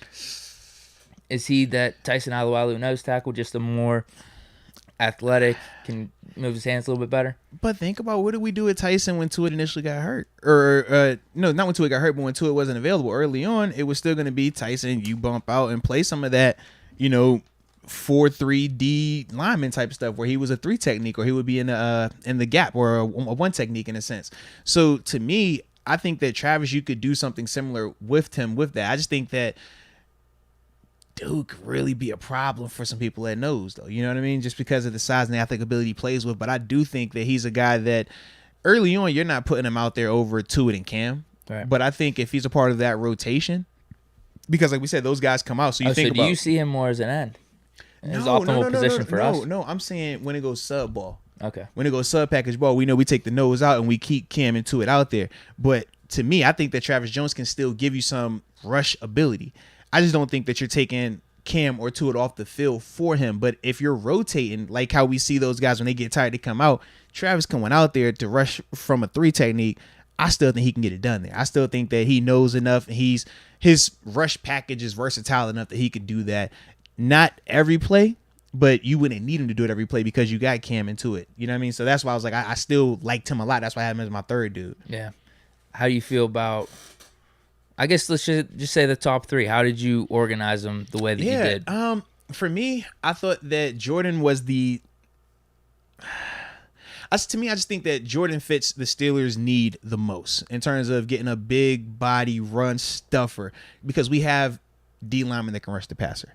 Shoot, Chris Wormley, he had 6 sacks last year. Like, we got guys that find the quarterback. We know what Cam and Tua can do, especially Cam. When Cam is on, he's a double-digit sack guy. We know Tua when he's available, what he's shown. But our issue has been the run, stopping it, more importantly. And to me, I just said to myself that Jordan Davis, he solidifies that. He is the best at that part. He is not. You don't. And he could be generational. Yeah, absolutely. And you don't have to worry about, okay, is he a greedy guy that's going to be trying to shoot gaps and ultimately put pressure on these LBs? Or is he a guy that's going to take his guy back there? You know what I mean? And I think that's what Jordan does in contrast to Devontae. I think Devontae is better at shooting gaps. I think he's better at being disruptive, but he's not going to necessarily keep our guys clean to that level. Whereas I think Jordan, because of how massive he is and his style of play, he is going to eat up more blockers. You know what I mean? And that's ultimately going to keep our guys free behind him. And we're good that way. Whereas, I mean, this is something that Tua had to deal with early on. It's like, man, you're shooting the gap and it's cool, but when you shoot the gap and you don't make the play, that kills your linebackers. And that's the part where it took Tua some time to figure out, like, okay, if I'm going to shoot this gap, I got to make this play, because if I don't, nobody's keeping them linemen off them LBs. And as you can see in today's NFL, the LBs aren't getting bigger, they're getting smaller. So it becomes more and more of an issue, more and more at the forefront when you're talking about how you need those guys to play their techniques and stuff like that. So I just thought that Jordan did that better than Devontae. But Devontae, if you're talking about him just playing, like, there's a case he's better than Davis. Yeah, right? Absolutely. Did the off-field stuff like play into consideration at all? To me, it didn't in my decision, because everything is good. If everything is good, right, I'm not gonna dwell on, oh, well, he did it, oh, it was it. It's like, yo, if they said he's innocent, bro, he's good. If it's done.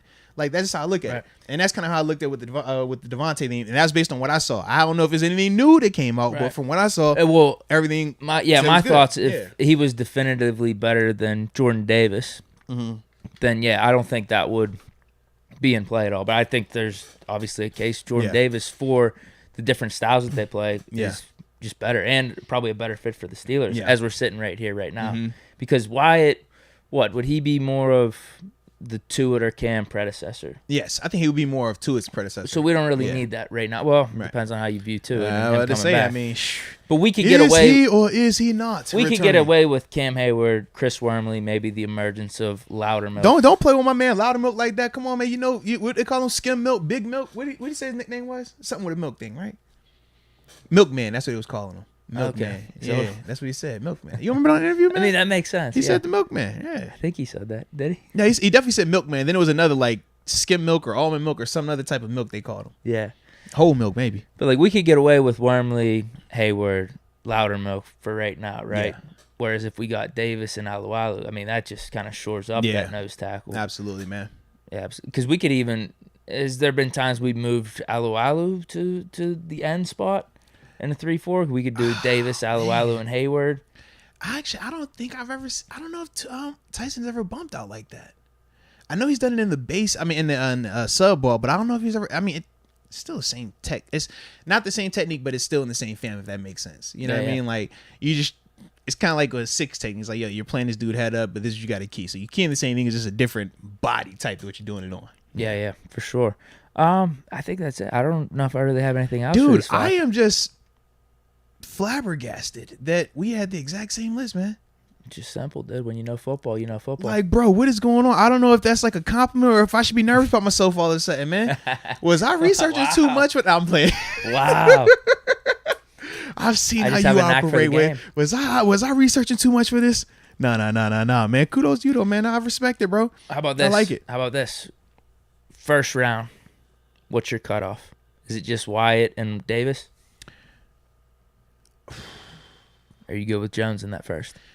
I personally feel like Jones could. I would probably cut off at Jones, and if Jones isn't 32, I'd see him not. We want him past to 40, trade down for what I mean? Jones, then maybe trade down to like 27, 28. Correct. Yeah, I don't think you need to do that. Or no, you're saying we could trade back. Is what Trade you're back, saying? Yeah. get an additional third round pick Yeah. or something like that, and then still take Jones. Like I wouldn't feel good about taking him at 20. Yeah.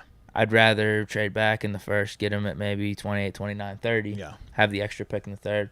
We could take, who knows, an extra receiver, backup safety, whatever it is. Yeah, I like it though. I'm Jones with you would be though. nice, Those man. I think those are the three, but Jones is conditional as long as we trade back. Yeah. Wyatt or Davis, those guys could be studs for us. I just don't. Wyatt like is the decision. safer long-term pick for sure. Bro, Wyatt is nice, bro. Yeah. Like Wyatt's nice. I just feel like we already have. If Tua is back, we Exactly. have that. That's all. But Wyatt is nice, bro. Like I like his game. That's the part of the year, man. It's the draft, bro. I'm just glad the draft is about to happen, because I'm over here like, dude. I just keep thinking like, yo, well, what about this guy? Oh, what about that guy? All right, no, that guy's not available. Oh, he is available now. Oh, he's not available. It's like, yo, the yo-yo is playing with my emotions, Oh, man. speaking of that, Kadarius Toney's available. Should the Steelers trade for him? I did see that, man. I did. I ain't gonna lie, I'm not against it, but I don't want to, if that makes sense. I just find it hilarious. This is becoming Yeah. like the NBA. Player movement. Let's make it happen, man. It makes things Let's make it interesting. happen. It makes it fun for They us. just drafted the dude in the first round. I actually thought he did pretty good when he No, he played. did. Except when he got into it with the Dallas dudes, What happened? I missed that. Oh, who was it that he punched? It was one he of them punched dudes. Yeah, he someone. punched dude. That's why he got suspended for a game. Yeah. Was he hurt at all last year? Because I think he only had like 400 or 500 yards. Yeah, he missed some time. I know he got suspended for one of them things, but I don't know how much time he missed from an injury though. He definitely feels like a version of Deontay Johnson, though. Yeah. Let's see how many Faster. games. 10 games. Yeah, so he Faster didn't player, play. though, man. Oh, yeah. He could take it all the way he up. definitely do that. I mean, his wiggle, it's comparable to Deontay. I don't know Yeah. whose you could say is better or worse, but like some of his stuff that we watched in But bro, college last year was him crazy. and Kyle Pitts, man, they was putting in work. They were. Yeah. So, yeah, 420 in 10 games. That's not terrible. As a rookie, Danny Jones and whatever the hell else they were doing at yeah, quarterback they had all last type year. of stuff going on, man. I wonder what the reasoning is. Because you just don't trade a dude you feel like has Well, no, upside they on a got rookie new contract coach, though. like that.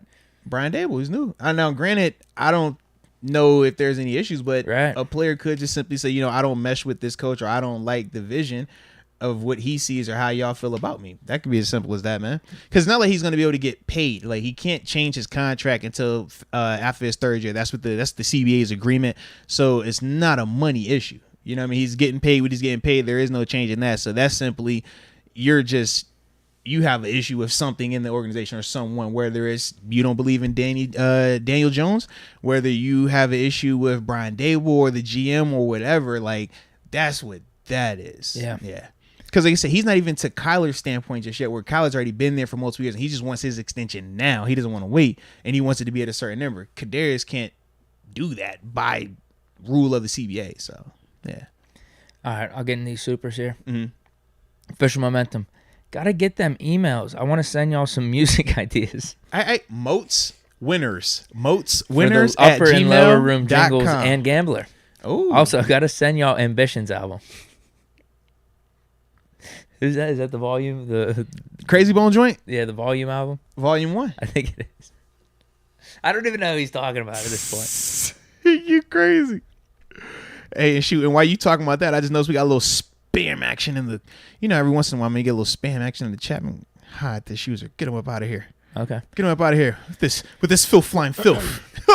Let's go, UW. We almost have to draft an inside defensive line guy because regardless of if Tua is back, Tyson is retiring in a year. Even if he's not, I mean, the concept of him getting older is correct. He'll be, 33, 34? Easy. Because, he came in with me. Right. I'm 34. He 34 and a half. There's not too many in that draft that's still around. Last of a dying breed, man. That's why I go so hard for those guys now, man. You know what I mean?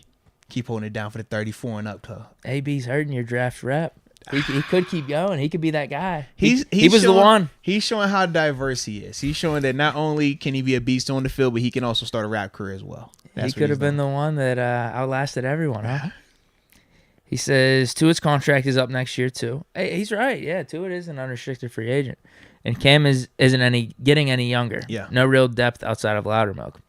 It's a fair point to bring up. Yeah, without a doubt, definitely a fair point.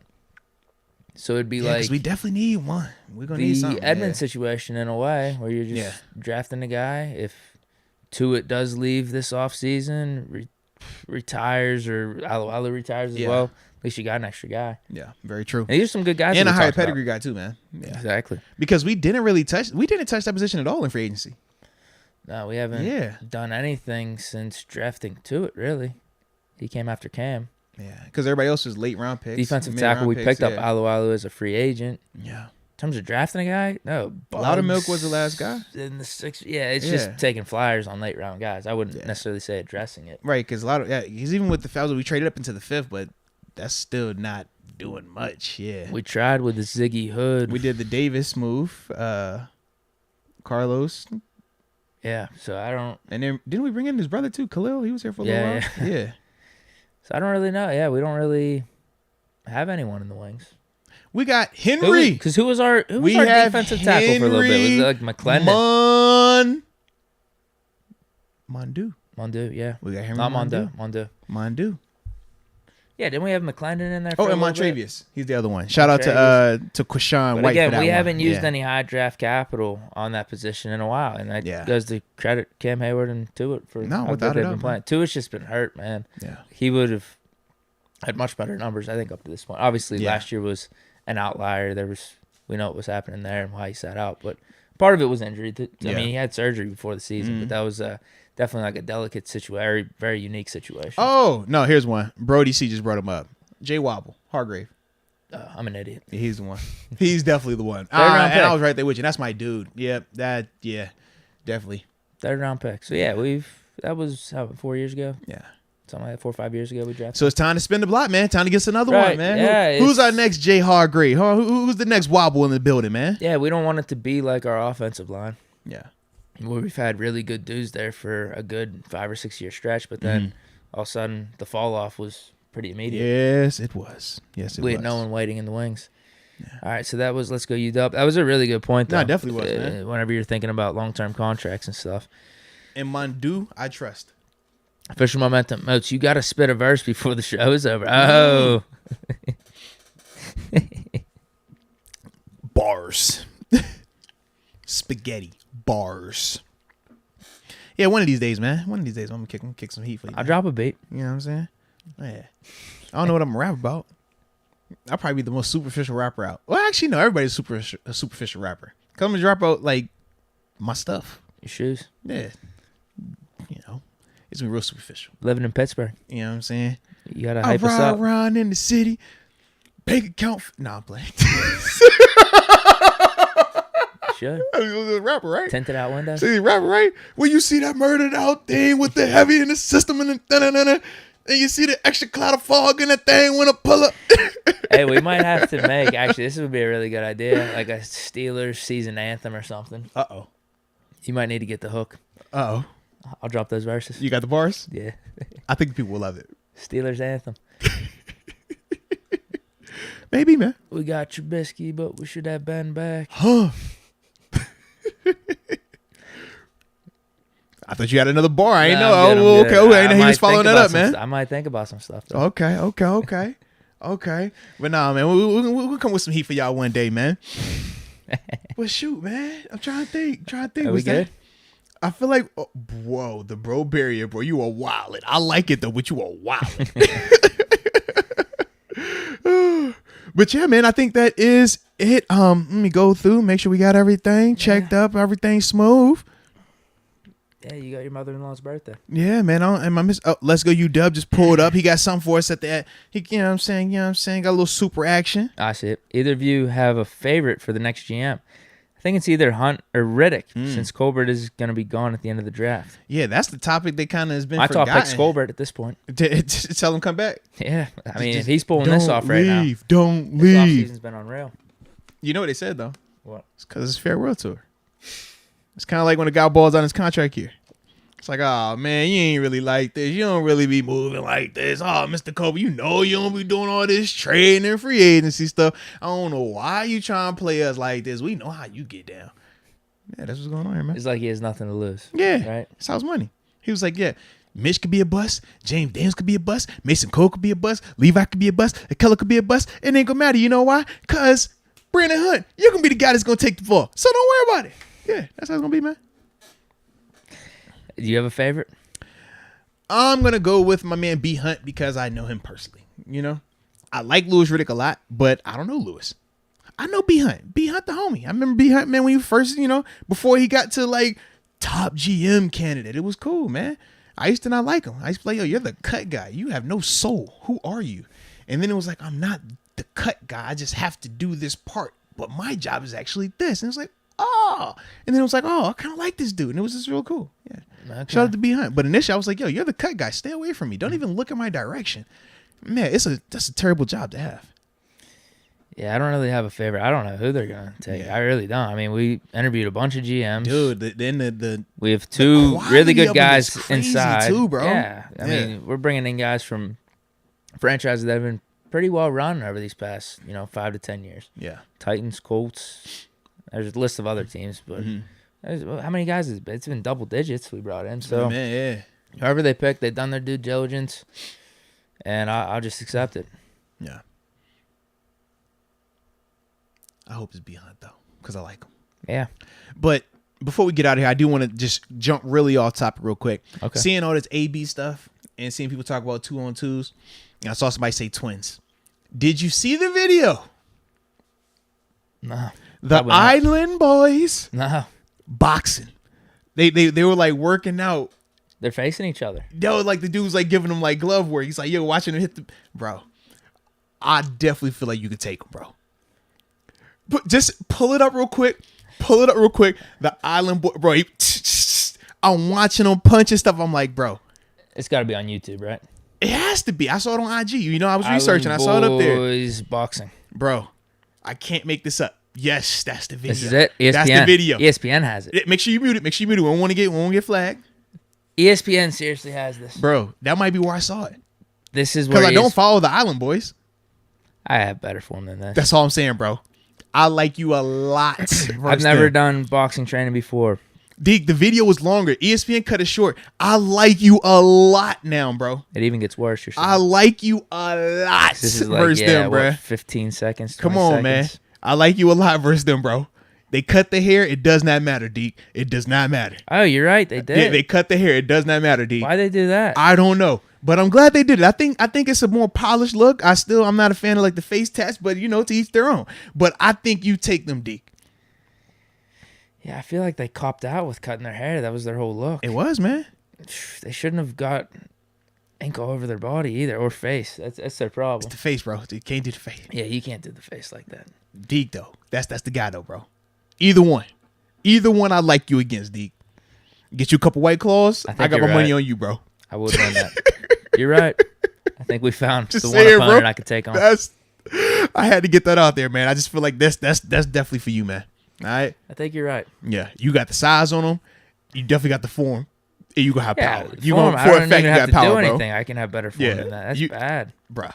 I couldn't make this out. So I was like, yo, what am I watching here? Is this for real? Yes, bro. Yes. So shout out to them Island boys because my man Deke definitely want all that smoke, all right? So. Fish momentum. Now y'all got to pull up the Be Prepared BTS. I'm good. We got to play the volume, man. Yeah, you can't have the volume. Yeah, there's no volume. You trying to get us flag. We're going to get flagged. Can't have no volume up there. So, Deke, when we're done, Deke, you go play behind the scenes. Be prepared, all right? With the sound on. How long is it? It's long enough. Is it like 2 minutes? It's long enough. I thought you weren't a length type of guy,